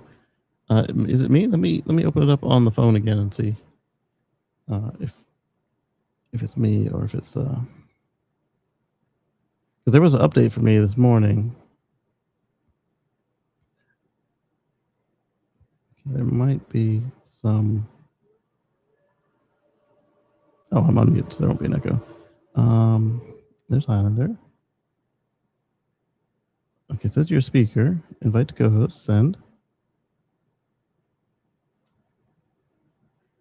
Okay. And then I will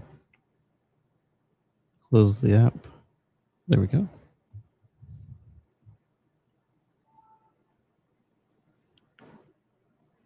Okay.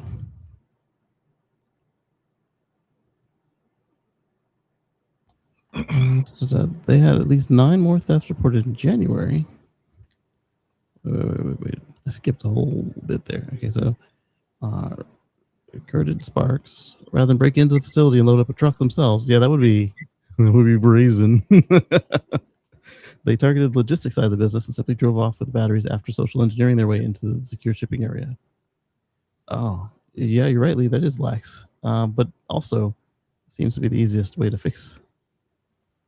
Because if they didn't armed robbery the trailer, then that seems just a tightening up with the paperwork. Party people, what's up there, Brian? Come on in if you want. But either way, we're glad to have you. Let's see. They mark the. So they trick their way in. So it's one of those old, wear a vest and carry a clipboard and a hard hat situations. And then December marked the first one of these cases where thieves managed to make off with 2 trailers full of Tesla Powerwalls valued at $475,000.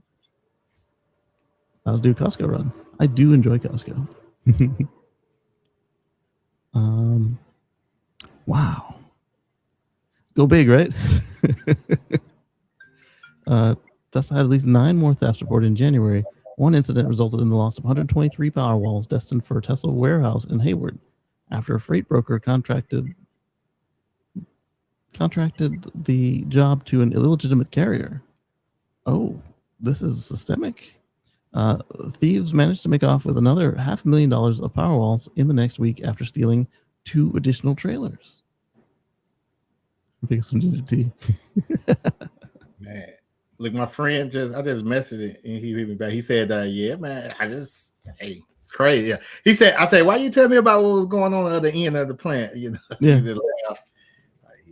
Oh man, it's serious. Serious. I didn't know. I didn't see the article until now. Yeah. Well, there's a lot going on. There. I'm at the plant. Yeah. Right. Well, it'd be so much.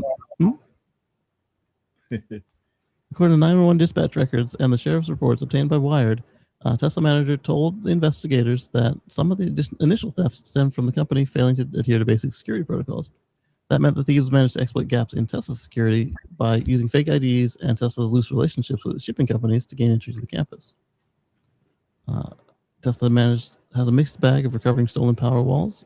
In several cases, the trailers were recovered completely empty, some as far as 500 miles away from Southern California. Wow. In a separate case, one trailer was recovered just 18 miles from the factory, still full of Powerwalls. Sheriff reports say that the detectives in charge of the case bugged the trailer by placing a GPS tracker on it once they located it and told Tesla their plan and the trailer's location. Several Tesla employees then showed up and were pulled over by deputies when they attempted to pick up the trailer despite the sheriff's plan to bait the thieves. Wait. So it sounds like Tesla said, "Just give us our equipment back," and the police are like, "Oh no, we're gonna just bait," and they're like, "Nah, we gotta get these back. We got customers waiting." Did a honey baked ham run for lunch earlier? While FSC has lots of regressions in my area of late, actual smart summon picked me up at the curb like a boss at the restaurant. Faster speed is welcome. And then, like Marcus was saying, imagine when it's a limo doing it. Just a Model YL, just like, boom, curbside. Detectives were able to repeat the sting the following week. Oh my goodness, week after week, these people they thought they weren't going to get caught. Repeat the sting following week after 2 more trailers were stolen and apprehended 3 of the individuals with an alleged forged criminal driver's license. Alleged forged commercial driver's license. That's even worse. The stolen Powerwalls are essentially very heavy paperweights because Tesla immediately blocks the stolen devices from being activated, rendering them useless to purchase in their current state, unless you can somehow override the restrictions. But then nobody wants a Powerwall that you got to go touch manually to do the work, because the whole point of it is the app. And if it won't connect to the app, then it's not a very good Powerwall, is it? Still, Tesla security team spent time monitoring online marketplaces in case they could be located. Some of the stolen Powerwalls eventually showed up online and were reported to authorities. Wow. Yeah. This isn't the only incident like this, or even the only sting operation involving the Tesla case. Full breakdown of what one official calls an epidemic, I'd recommend reading the full Wired report. But Tesla can't be too happy about being the victim of such a sophisticated crime ring. I mean, when you're on top, they're going to go for you. Automaker has since upped its security protocols, good, which is helping, according to the Story County Sheriff's detectives assigned to the case. However, it says the thefts are still happening, but not as prolifically. So if you see a remarkably cheap Powerwall on Facebook Marketplace, be careful. You don't want to end up with a heavy stolen brick. That's all it's going to be. That's all it'll be. And hey, look, Nope. My friend, he just replied. He just literally just texted me that. He said, and cause I ain't know about this, because I'm into the, I'm looking for a third one. But he was like, yeah, just no, don't buy that if you see it on Marketplace. Yeah. he literally just texted me that. Don't buy it if you see it on Marketplace. Oh wow. And Brian points out that it's only true if people don't know better, which can be tricky before it's installed. Yeah. So basically, just if it looks too good to be true, but then at the same time, though, if it looks normal, that might be even harder. But it's really hard to get any recourse on this if you're a victim.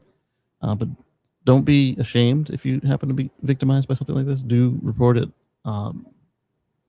Don't count on getting made whole, but it could happen. But if they're counting on you not saying anything to allow them to continue, so if you say something, then the right people can trace stuff and fix it.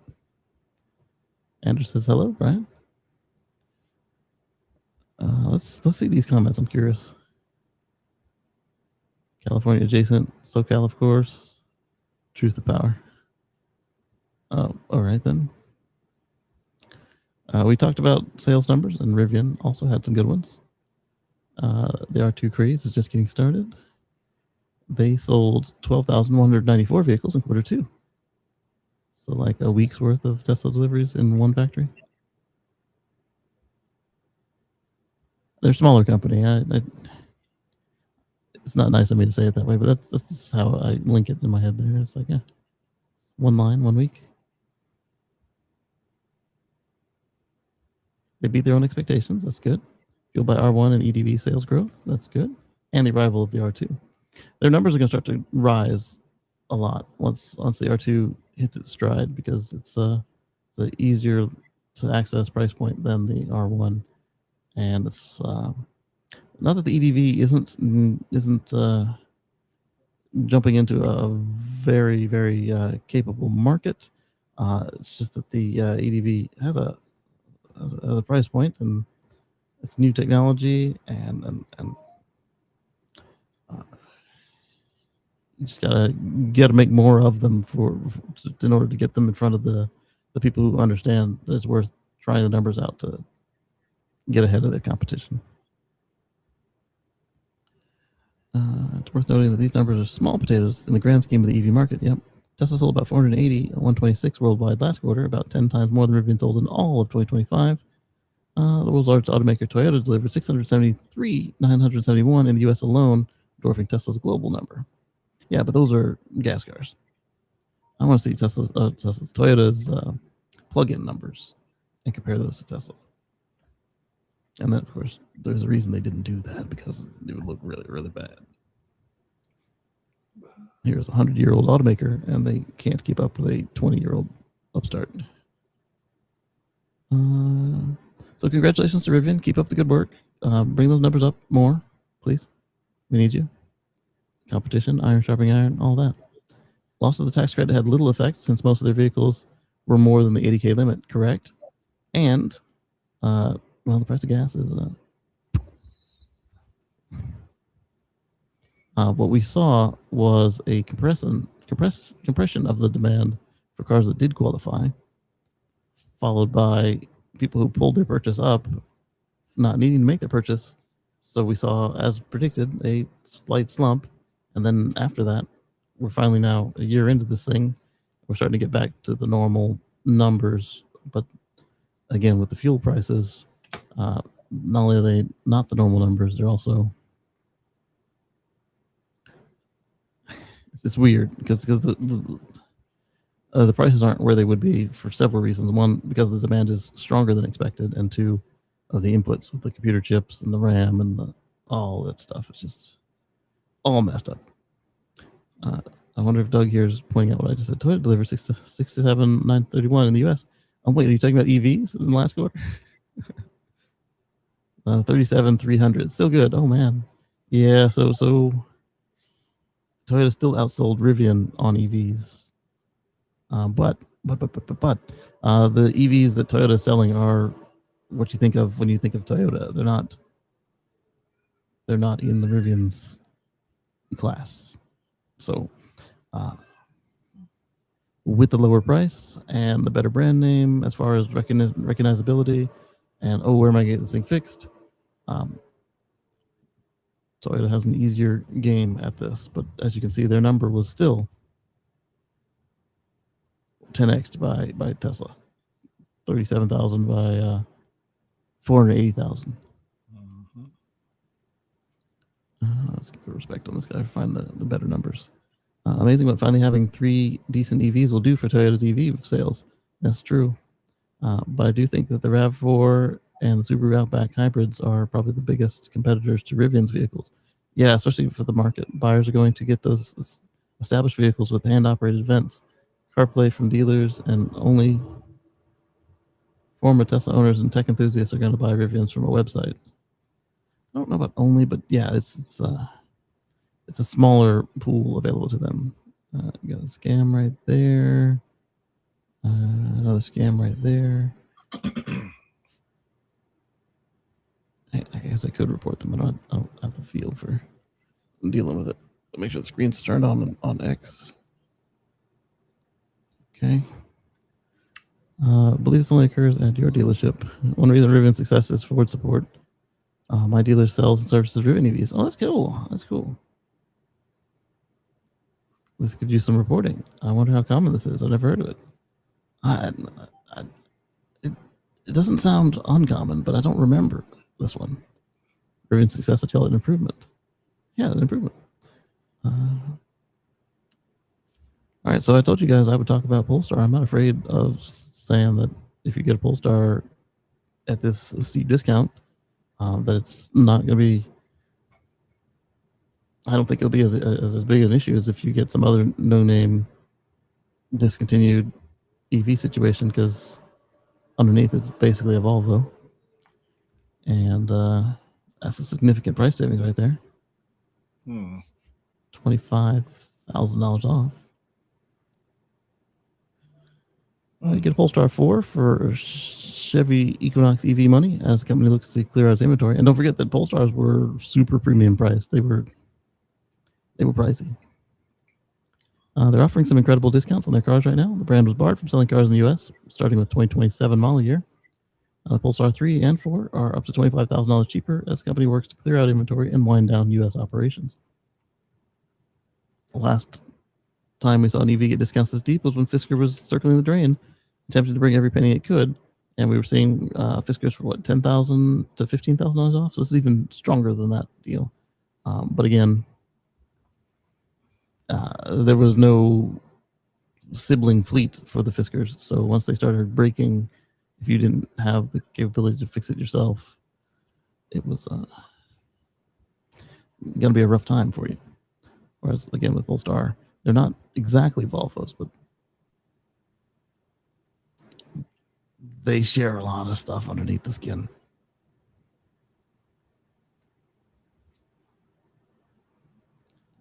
We're looking at limited offers, 2026 model years. Polestar 4 coupe rear motor, 34,100 down from 69,100. 34,100 down from 69,100. That is strong. I would consider it if I needed something that didn't tow. Wow. So with this one, it's a strong deal. Strong deal. In a lot of ways, it's a shame. I liked Polestar's clean Scandinavian design aesthetic. Found the Polestar 2 fun to drive and haven't driven them. My colleagues generally had nice things to say about the Polestar 3. The best shot at mainstream success, Polestar 4, weird little lifted 4-door, sheet metal where a back window should be. And especially given the raft of cancellations in the US, more EV options these days, not fewer. Polestar prices are in Bolt territory. That is correct. But you get way more vehicle than Bolt because they were trying to sell it for $70, and now you get it for Bolt money. So you actually get your radio, you get your GPS. Yes. I'm surprised they're not going for some sort of loophole. Like the same way that you can pull your model year up and sell a like a 2027 as early as May.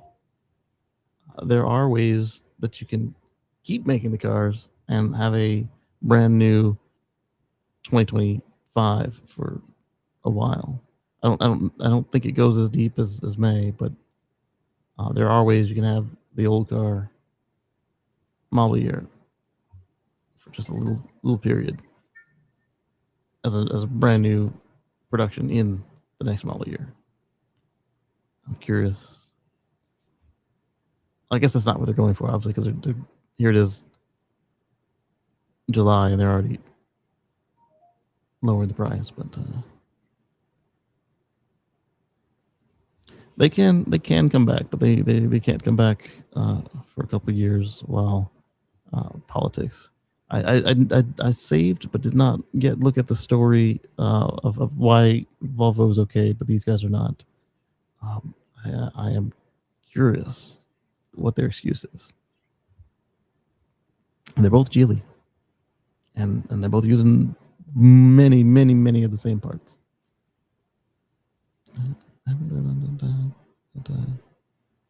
Oh, that's still pretty good too. Dual motor long range for 53.9 down from 76.9 and 77.9 for 54.200.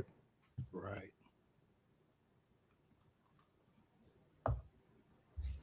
Wow.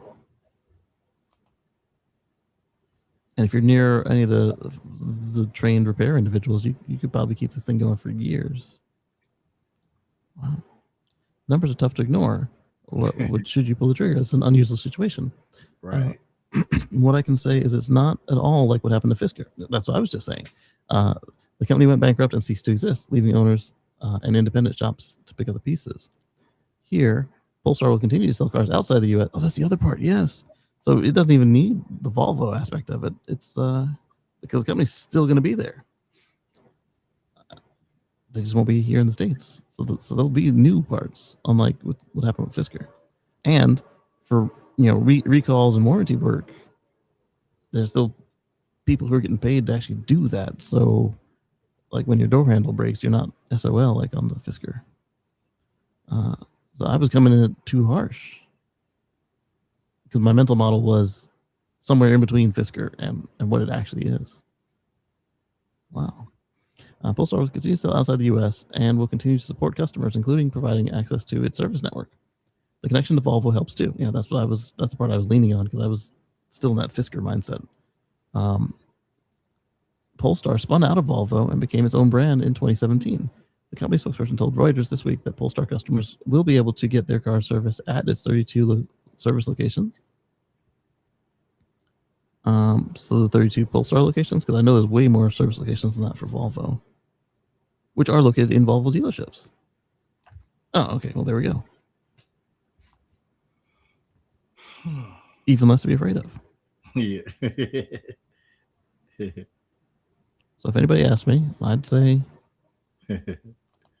I would not be afraid of it. I wouldn't say, yeah, go do it. It's going to be problem free. But if it's like a second car, I would not be afraid of having this as a second car over something like a Fisker. I'd say make it a fourth car. Back before we found out how their bankruptcy actually played out. Good luck getting it serviced. I have a Polestar 2 on lease under warranty, and the only service center 65 miles away has steadfastly refused to return any of my calls to honor the pledge the dealer made in the showroom to come pick me up, pick my car for service, leave me with a loaner. It sounds like your dealer sold you. Because all of this he's saying is before they got blocked from the country. So yeah, he had one of them scummy dealerships. Service is only part of it. I guess getting the parts is also going to be a hassle.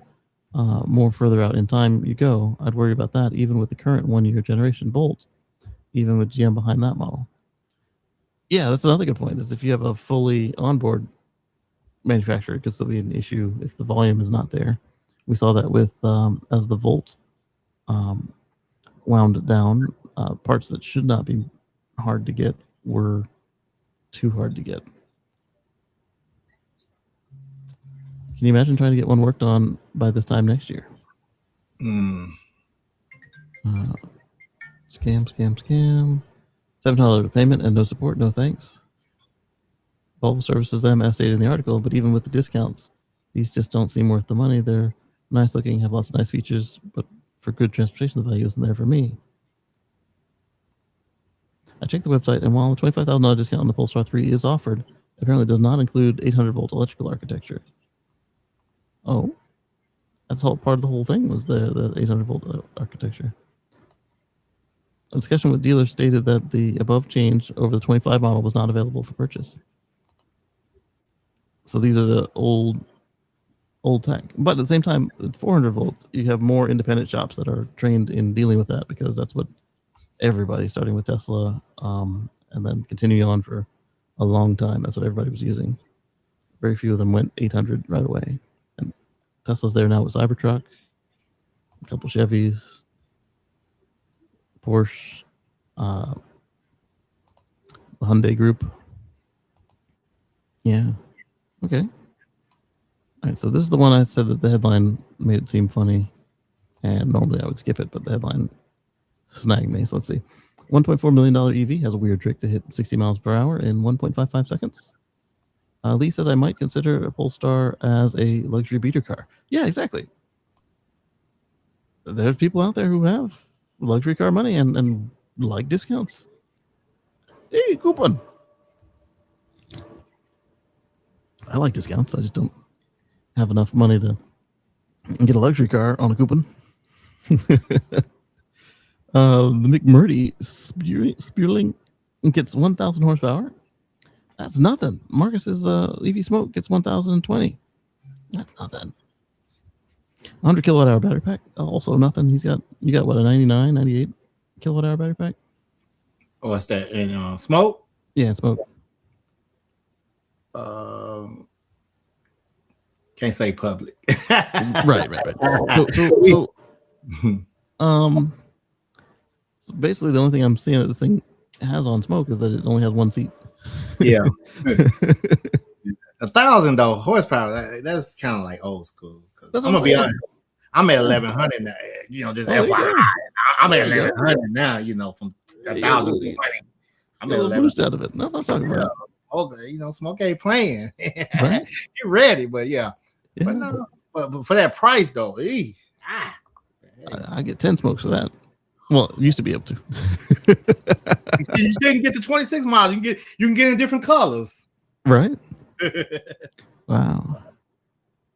1,000 horsepower, hits 60, and has powerful fans for downforce at any speed. Is not street legal. Probably because of the fans. I would even say because of the power. Because again, but if not the fans, then I would say that it's probably missing something it needs, like mirrors or crash bars or whatever. Let's see. 2021 at the Gilbert Speed Festival. Fast forward 5 years. Finished product is here. You've been waiting for a single seat hypercar. 0-60 in 1.55 seconds with a 1-foot rollout.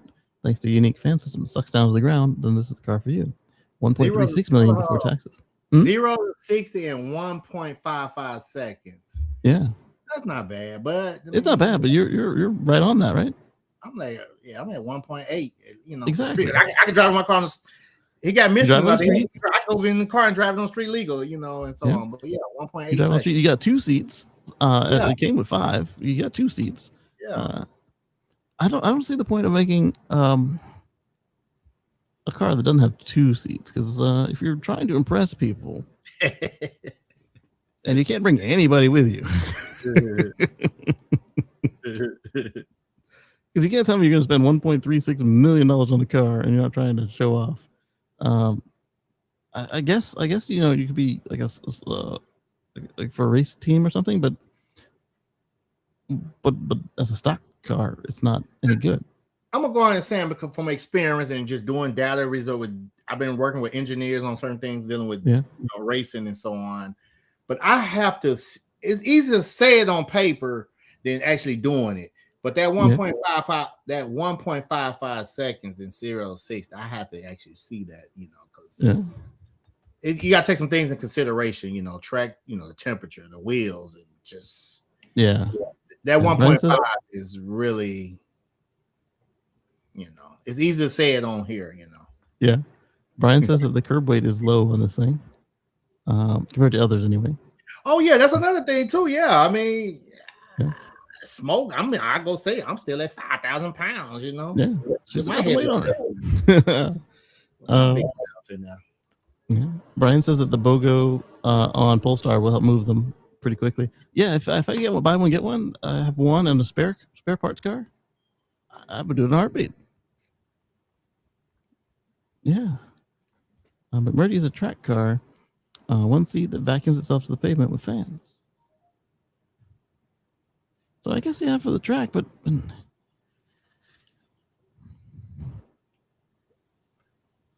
so it's not at all meant to be on the street. So you got to bring a trailer,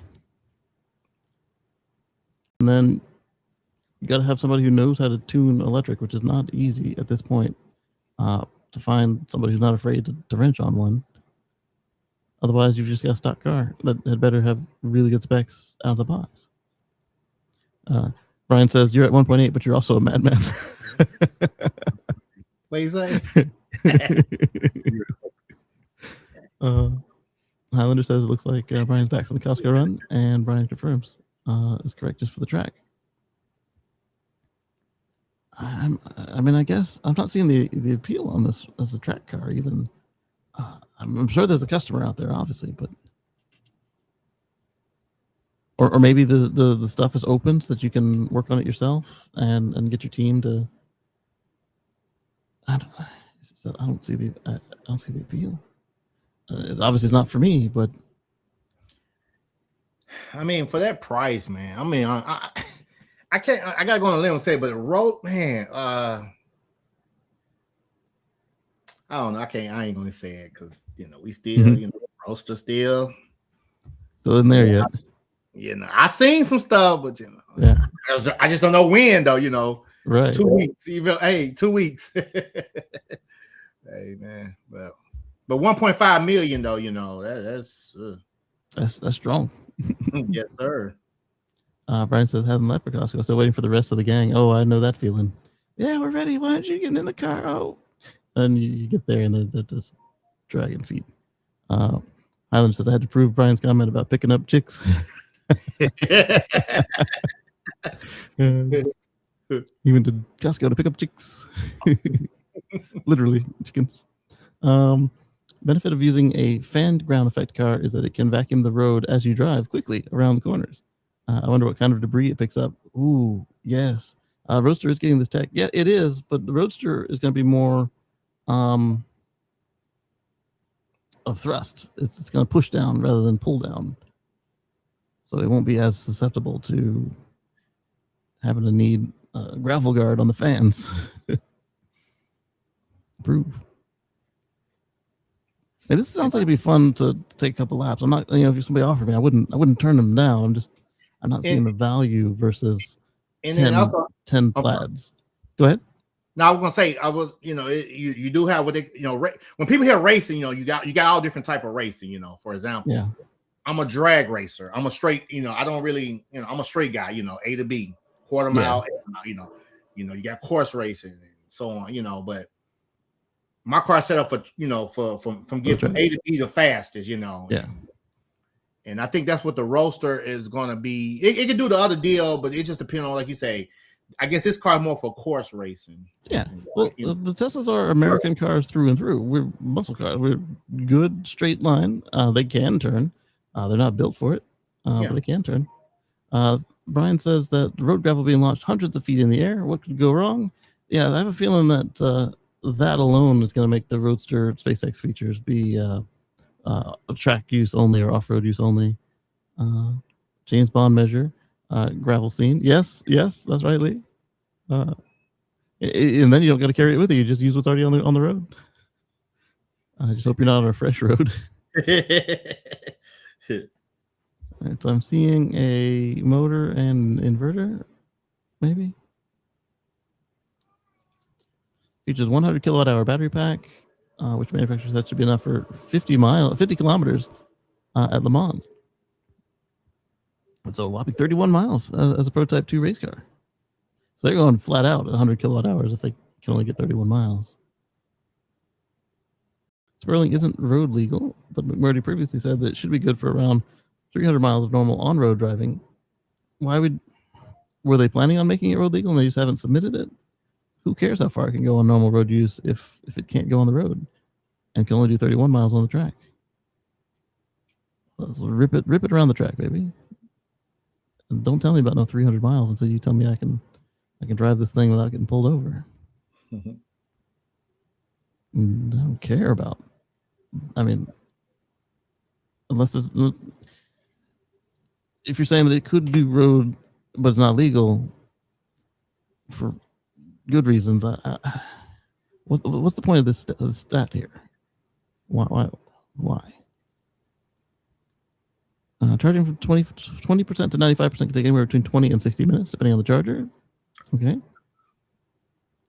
Well, that's not bad, but why are you charging 95% to go around the racetrack?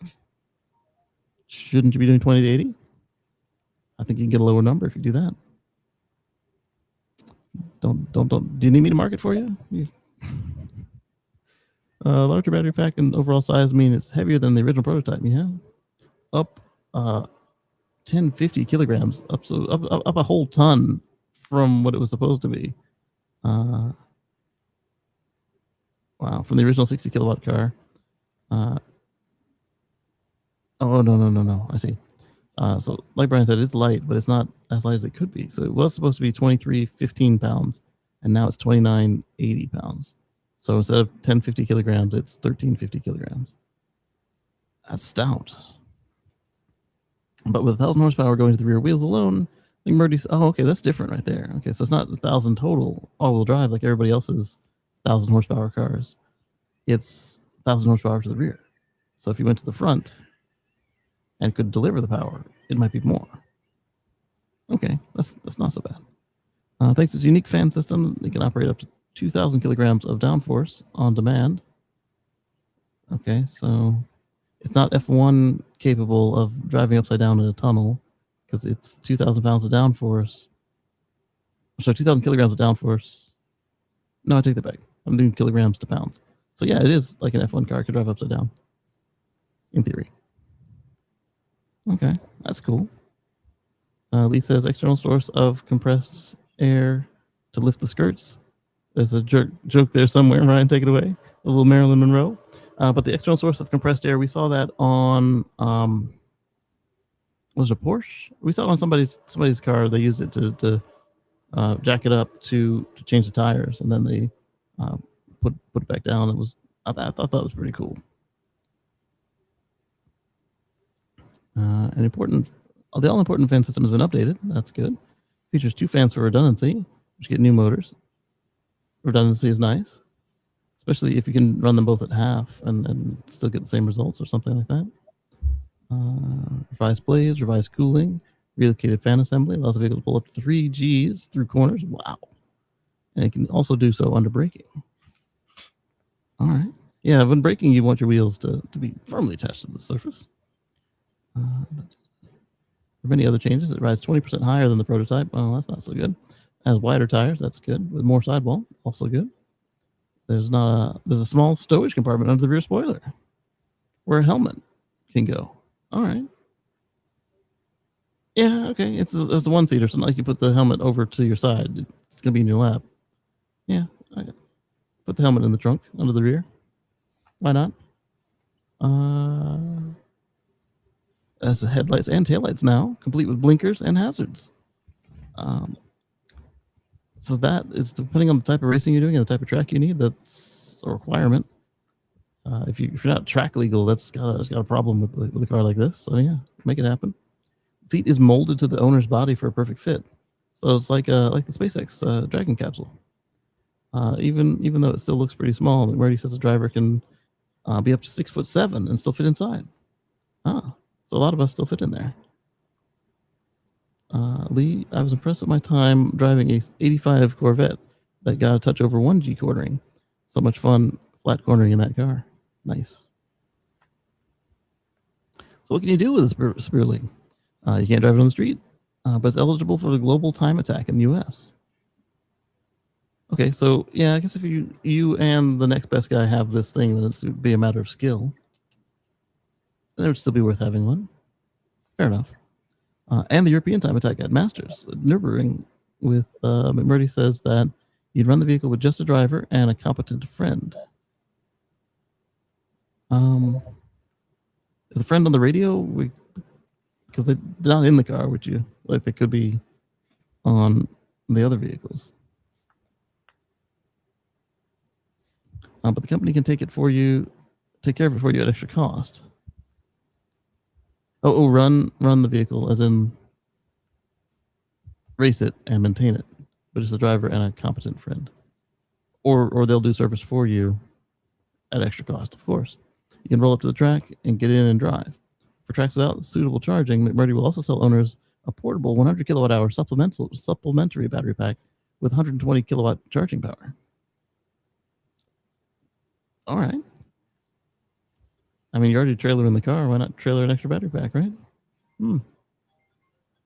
McMurdy says it does eventually want to produce a road-going variant, but hasn't provided the timeline for this release, nor what their issue is, why they're not road legal now. 3G cornering and my face would melt off. You look like the cyclotron test there. The T plus 212, the family said that they're ready to go. Wish me luck. Hey, there you go.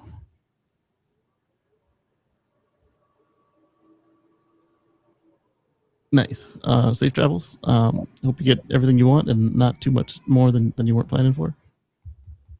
Good luck. Get the best of the family. See y'all on the videos. Indeed.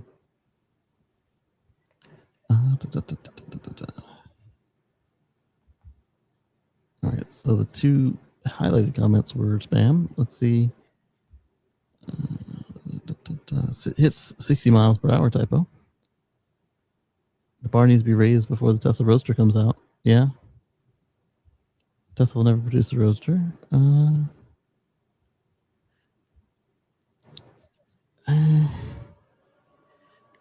It's really late. I'll say that. Grow a pair and state that if Tesla produces a Roadster, you will buy one. I mean, I can grow a pair. I can't grow the dollars. It's called a prediction. All right, so that was fun. That was more fun than I thought it would be in that little sidetrack there. I appreciated talking about the McMurdy there. I don't know that it's core to what we're talking about, but maybe we'll get a video of one on the track or something, and we'll talk about the video. Lucid just had a big executive shakeup. Here's what we need to know. CFO is out. CEO in June, Silvio Napoli has shaken up the company's leadership, and the car maker COO and top engineer both left last month. I hope that they can turn things around because these are nice looking vehicles and the hardware looks pretty good, but from what we saw with Jason and a couple of the other complaints, their software needs work. And then they need to get the volume up. They need to be profitable.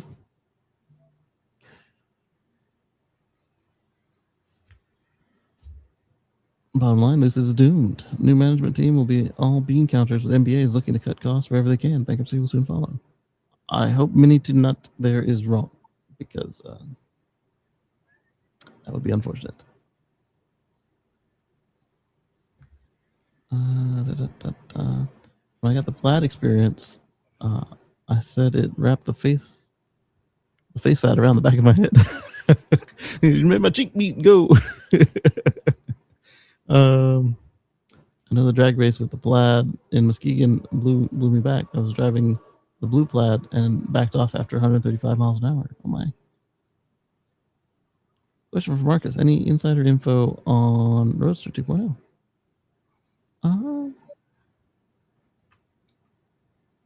Take a look at that smile.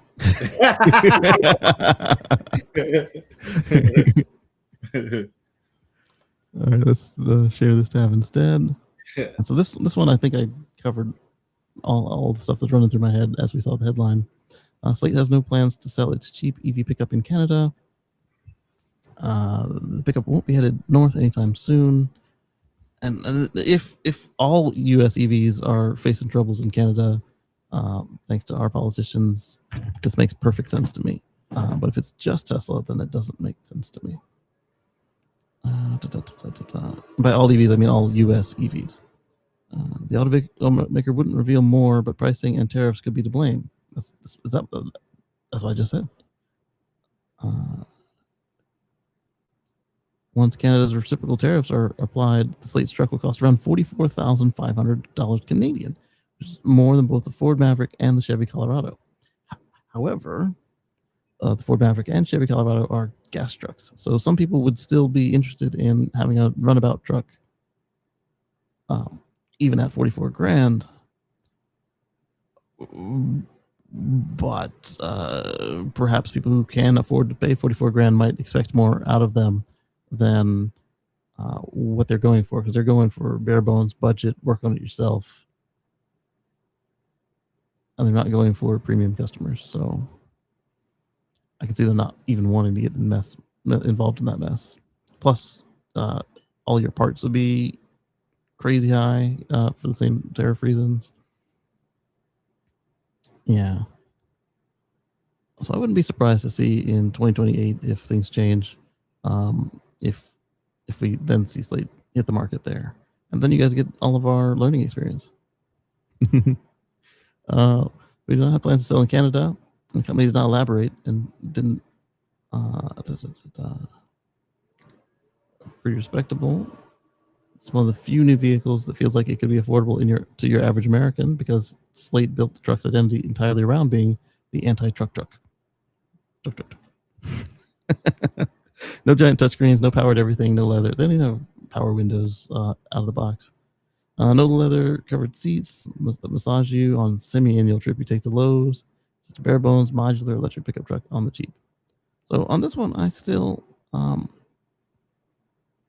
feeling for the Tello might be a better fit for my family.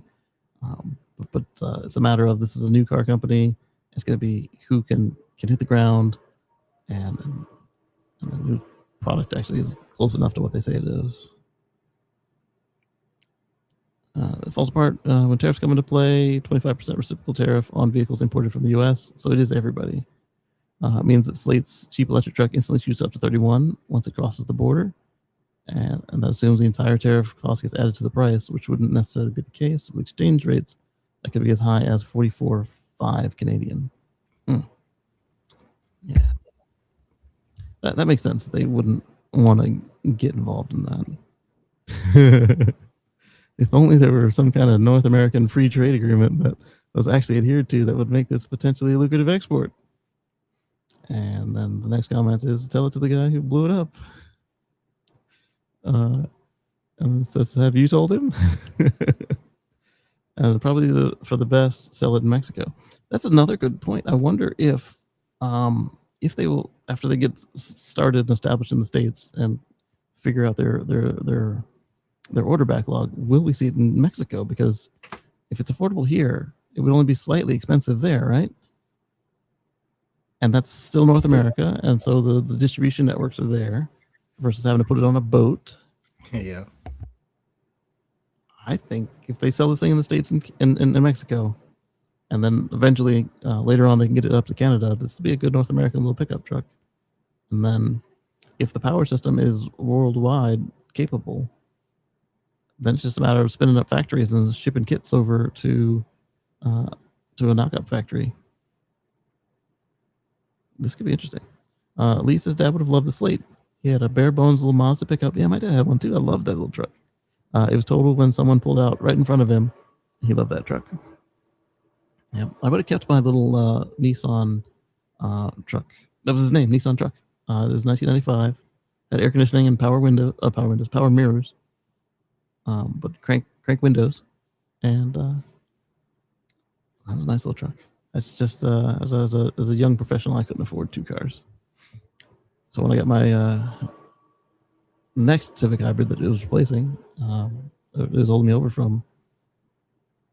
Man, I wish I could have kept that thing. It'd be electric now if I could have kept it. That's for sure. I would have converted it. Yeah. All right, so that is what we had to say on Slate in Canada. I'm feeling we might talk about it again later. And we talked about the Powerwall thefts. Any other news that I'm missing, Marcus? No, I think you covered it all. Last week, I didn't get a chance to really just listen. I was kind of busy traveling. Did you speak about the I'm pretty sure about the new hardware with the hardware 3 update?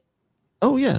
So I didn't do it on this show. The hardware 3 folks are starting to get FSD 14 Lite, and I got an update that wasn't that, so I was excited, and then I was like, oh, it's not that.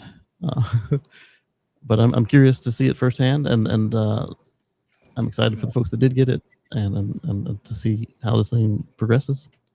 And then we speculated that perhaps when AI 5 finally starts actually hitting cars, will be when we get our FSD update on hardware 3, because that one, yes, they just finished the chip, so they can actually make the boards fit in the existing cars, whereas on the AI 4 chip, the chip will fit, but all the boards have already been produced, so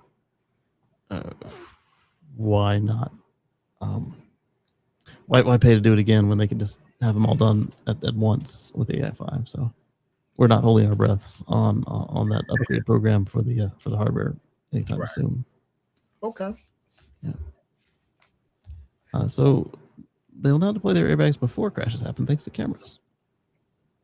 I think we touched on this, but I didn't actually look into the details. Tesla Vision will help to deploy the airbags up to 70 milliseconds earlier than in unavoidable crashes. It's kind of cool. Lee says, strong thunderstorm starting here. I'm going offline for now. Thanks to everyone for a great time today. Thank you, Marcus, for joining in. Thank you, Casey, for always for the awesome show.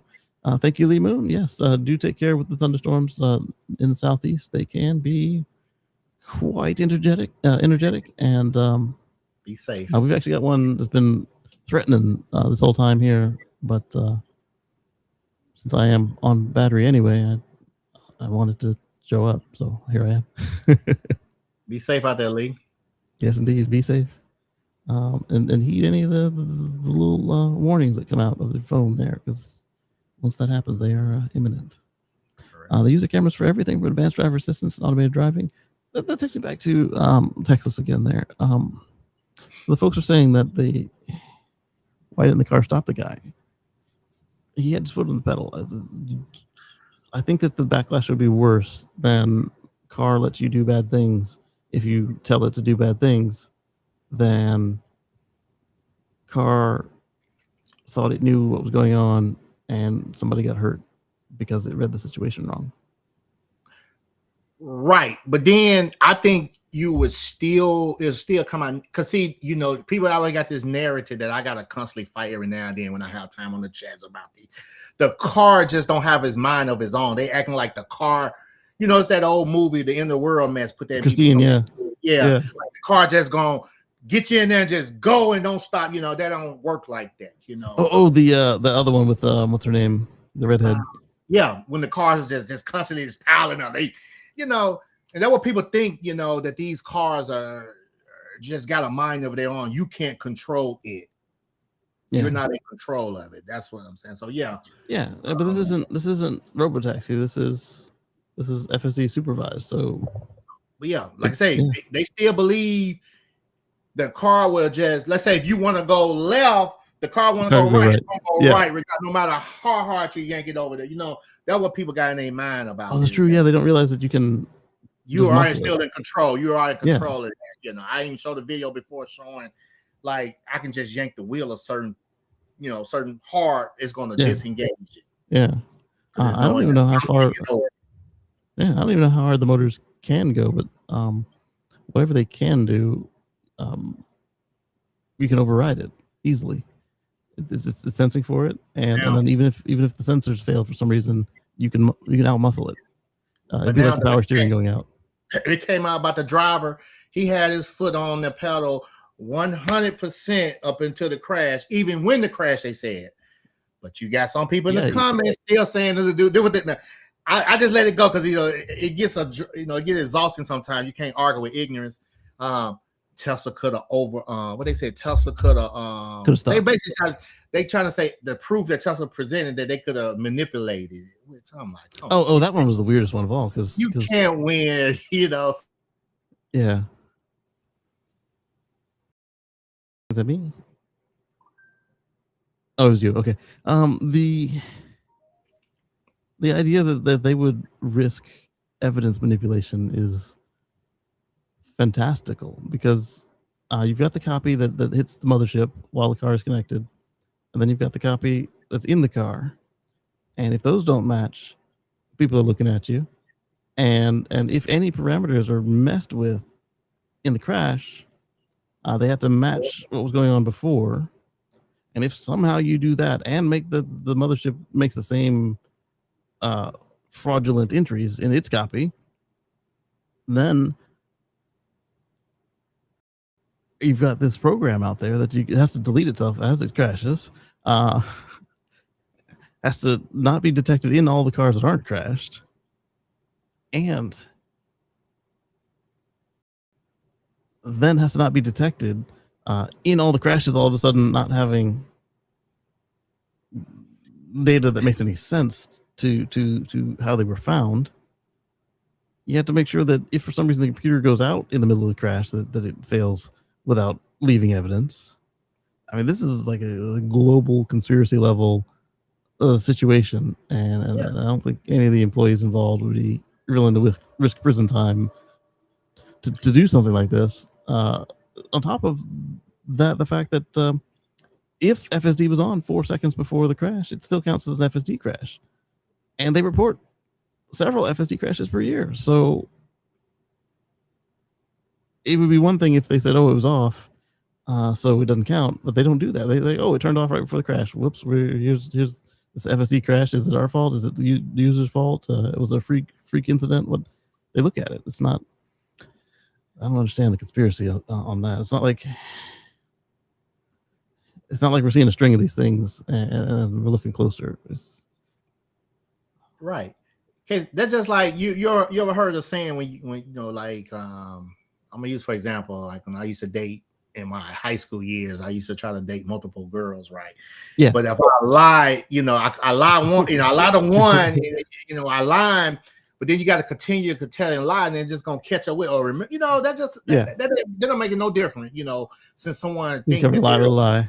Data, like come on, why would they play with that? And they released it fairly faster than usual. If we know what it is. I was like, because even like I'm saying that it was like old Tesla, but even old Tesla would have waited for them to lie on them first before telling the whole story.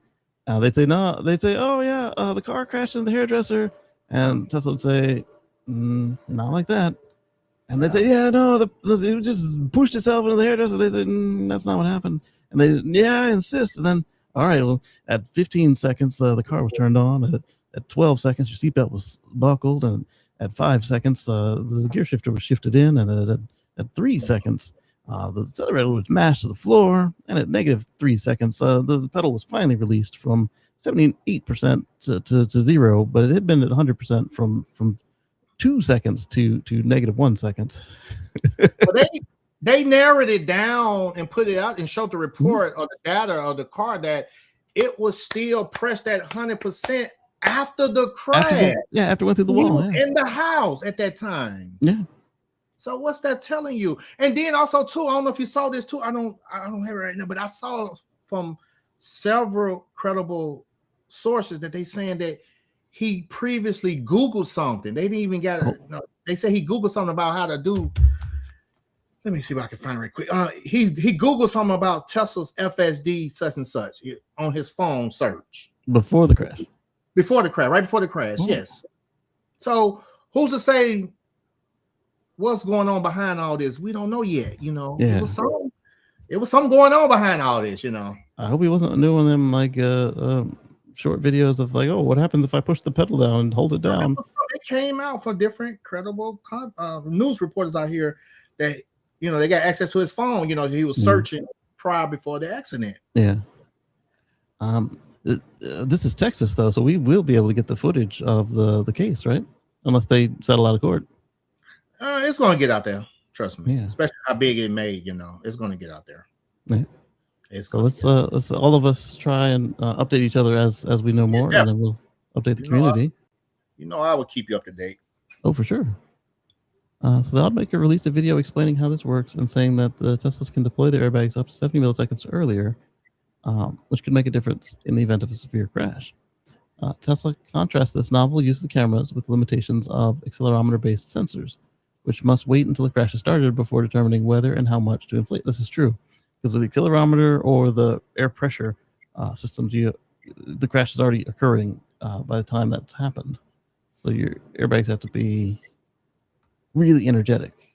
Versus here, you can pre-deploy them, and you're not going to risk as much injury to your occupants if their bags are already ready to catch them. But because they deflate pretty quickly, you also can't go too early. In addition to the fact that if it's turns out to be avoidable, you don't want to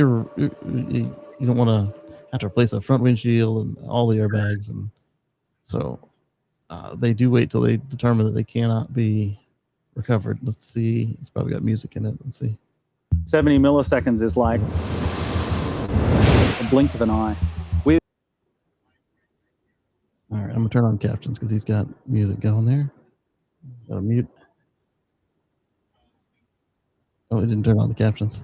All right, so we're gonna take this to a new tab. The vision system, we're looking at up to... And mute it.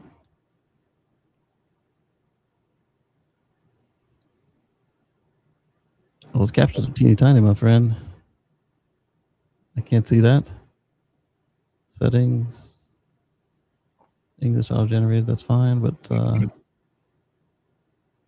font size 50%. What am I, a super eagle eye, super seer? 50%. What are they thinking? Okay, there we go. You can blink of an eye with a vision system. We're looking at up to 70 milliseconds earlier, airbag deployment decisions, but that can be the difference between serious injury and walking away from the incident. We're combining the camera system and accelerometers to do things that have never been done before. We've been able to utilize a new capability of Tesla Vision supplementing our existing restraint system, and that's been able to get closer than to get closer to that than optimal restraints decision in a traditional system. The accelerometers were used to detect not only the beginning of the crash, but also music, to quantify the severity of the crash and how serious it's going to be when an airbag system is required. With our new system, we're using vision to identify that we can rely on impact sensor to make deployment happen as fast as possible. So the way the system works is we've got cameras around the vehicle. So if we had a car crash where two vehicles are coming towards each other, the camera in the Tesla is watching that vehicle and can identify when contact is going to be made and how severe the crash will be. That information is then passed to the airbag controller. By passing that information across, we can rely on the impact sensors here, and here on this vehicle, and we're still using the impact sensors to detect crashes. We're just supplementing our decisions by using information from the vision system, and 70 milliseconds music is all it takes to get somebody up in front of the airbag trying to fill it. It's good. Yeah, look at the difference. This is obviously not something that we want to rush to market. We've been researching this over a number of years, and we've run thousands of simulations and run a number of physical tests, both full vehicle and occupant sled testing, in order to validate that this is going to provide a very real-world benefit. Airbags have a set time to fill, and that's not a time you can shortcut. So utilizing Tesla's vision to be able to gain additional milliseconds to make a faster decision to make the airbag get the airbag out is really critical to the occupant outcome. So this is an example of where we've been able to utilize Tesla Vision to deploy the airbags before the occupant gets too close to the steering wheel. This is going to roll out as a software update. Existing vehicles, Tesla customers will wake up tomorrow morning and get a software update, and they'll have this new feature that makes their car significantly safer. It's something outside the bounds of the 5-star music ratings. Not milliseconds matter. 5-star crash ratings, not music. So, please, man, to give iPhone back after 175 million failed password attempts. Wow, that's That's incredible.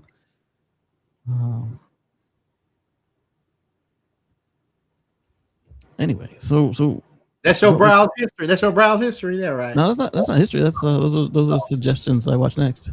Gotcha.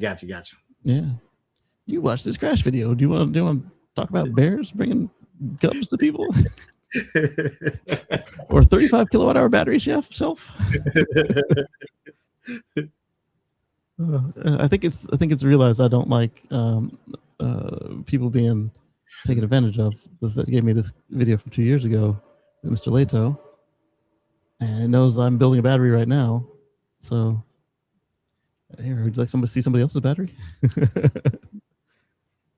Cool. Yeah, stop sharing there, and come back to you guys. Yeah, this is, you saw the clip where the airbag was out, but it was still in the wheel rung, in the spokes, versus the one where the airbag was ready to meet the driver's head. I think that visually shows what this can do, and I like that that safety is there, and it's a primary focus of what's going on with these. So it's good to see. And updates, free updates, not just this is a 2026 feature. Come on now. I love that. Gets better over time, just like that. Yeah, I mean, White Ghost there, 2012 or 2013? 13. And it runs just like my 18 with updates does, because you got the MCU2 in there. It's phenomenal. Yes, sir. I love my browser. I mean, if I do use it, and Netflix charging. I posted the other day. Honestly, man, I had a little time. I was just bored. Well, I ain't gonna say bored. I wanted to go get one of my your burn time. spots. Yeah. One of my favorite spots, little taco spots in Austin, downtown Austin, called the Domain, and it was hot outside, right? Like 100 degrees, right? So, I went and parked. I was at like 51%. So I actually just went there to pre-conditioning to go there or whatever. I knew where it was at. But anyway, I went there just to. I like the fact I was underground, because underground, get away from that sun. But I put it on charge. I just go charge up sometimes just for the fun of it, go walk around the shopping or whatever, Yeah. Because and just set it to 80, 90% or 90% or whatever, And like I said, I just do it just because it's fun, Yeah. I didn't really go charge. I could charge when I got home. It was no juice to make it home, but when I did it there, so when I made it home, I ain't have to charge for like 2 days, because nice. Yeah, I'll probably have to do it in town supercharge today, because for the kind of trips that somebody's gonna want to make, we're at 25%. It's not enough to do those trips. But it's you free supercharge, right? Yeah. It's just good when you say 000. Like That's right. I like the new update. They have a filter, so you can turn off the official superchargers that are owned by other people. Oh yeah, third parties. Yeah. I received it. Yeah, third parties. Yes. Yeah. But I also like that they're in there, so such that if something happens, hey, this is here, but it's going to cost you $13. Exactly. Well, I'll give you 4, and then I'll be able to get to the next one. Exactly. Because I am cheap enough that I would do the partial stop, give Elon his $2, and then give me back my $2. Give him his $2, and then and roll on to the free one. Only thing you got to catch on it, is that island fee. If you they got me with the Tesla time chat twice. First one, I didn't realize what was happening. And they're like, "Yeah, we gave you 25 cents. Don't let it happen again." I was like, "All right, whatever." And that sucks. I'll make sure it doesn't happen again. And then something happened where it was unavoidable, and Elon got me for $1.06. Got me $1.06 on my credit card. Depending on, like, especially like if if it's a wait area, it's a long way, it's a wait, people, I'll be mindful, because I would want people to be that way for me. I don't move so the next person get a charge, especially if it's like a wait time, or if it's more, now we got a lot of charging stations, like we got a Buc-ee's out here. They got like 54 charging stations, which is amazing, and I never see no wait, nowhere near a wait out there. There you go. But I don't. I don't move it just to be, just be, because I would want somebody to do that for me as well. Yeah, Highlanders reminded me that I'm not describing cheapness. I'm describing frugality. There's no such word as cheap. It's called the Scottish thrift. And yes. So in my case, I was being frugal, and because cheap would be a different level of. I mean, it's still a level of saving money, but cheap is not what I was describing. I was describing being frugal, and because like if for example, we needed to charge to get the girls somewhere, and then I said, we're not going to get them there on time because I got to do $2 here, and then I got to go to the free supercharger there. That would be cheap, but like if it was a matter of get them there on time, or like if there's an emergency or something, and then we just charged up all the way that we needed at that place, and then a little bit of buffer to get from where we're going to come back. That's different. That because that's what we would do there. But thankfully, we don't usually find ourselves in such a situation. In fact, like right now, I could go turn on the home charger, but we're already going to be near superchargers for what she wants to do. So I could pay full price, or I could have a nice place to have the air conditioner running and the car charging the battery, and excuse me. So that's just being frugal, making the most of the limited resources. Because our boy said that what did he tell us? Something to the effect of it's going to be expensive, this, that, the other, and then he made it happen. And I'm like, well, you didn't have to make it happen, but that's a whole other story we're not going to get into today. Yeah. So, Marcus, I'm going to make sure that we send you a collab invite on YouTube, so you'll see both of us down here if you're watching the replay, you'll see both of us down here, so you could subscribe to us both. And they can catch you over at what's your YouTube there? That's the collaboration thing, right? Yeah. The first one I found was some politician and some random guy. It was either Bernie Sanders or Elizabeth Warren, and some guy I'd never heard of. I'm like, I'm not subscribed to any of them, and I was like, it says she and this guy I've never heard of, or he and this guy I've never heard of, and how did what?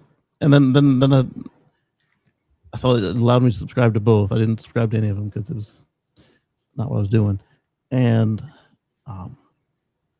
what happens? One of them had a message that they wanted to get out, and so that's how I ended up there. Somebody linked it to me, and so then it offered to subscribe to both of them. I'm like, oh, that's a cool feature. Is this just for politicians? Because how oftentimes politicians and celebrities, they get features in these platforms before us normal folks get the features. And then like a little bit after hers or his or whoever's, I saw not a larger YouTuber, but it was like two medium YouTubers, and their both names were on. I was like, oh, that's really cool. And then like the day I saw that, mine had the button to do it, and I was like, that is cool. And so then I've been using it ever since. Whenever there's two of us on screen, I'm like, hey, this is Brian, this is Mark, this is Marcus. Yeah. So, like I want to say right quick. I always like to say thank you, because like I said, as I take on my focus on my YouTube channel, and you help me how to get things right, and tips and pointers and everything. I really do appreciate you from that. Absolutely. All right. So with that, we want to thank our channel members like Andrew's 53 months, and that's amazing. Blessing. Yeah. Timothy from Arizona. We love to see you come around as well. And we will catch you guys on the flip side. I want to thank everybody who took time out of their morning, their afternoon, their evening as they get ready to drift off into getting ready for Monday morning work. Thank you for coming through, and we appreciate that so much. You don't even realize. And we'll catch you on the flip side. Marcus will have some stuff with EV Smoke on his channel, and you catch us over on the Tesla Live Show with Mark and Patrick for the Express and the Live. Yeah, check me out. And I got some exclusive racing, some plaid smoke giving the business to people, and got people intimidated and scared to We just let them know that EVs is here, you know, the future, you know, this is here, and we don't need all that noise, you know, to prove a point, you know, and that's just me. I love what I love. I got the passion. And one more thing I want to show right quick. I'm into the solar panel stuff too. So as you can see, I'm putting back to the grid, which I love to show that. You know, I love that. So I'm about energy as well, you know, energy efficiency and the sun and, you know, EV, you know, sustainable energy to the front. So there you go. You might appreciate whenever I finally get the first HV Nomad stuff out there. You might appreciate what I got coming up. Well, we'll talk more as I get it ready. But with that, we're gonna go ahead and play the outro music, and we'll catch you guys on the flip side.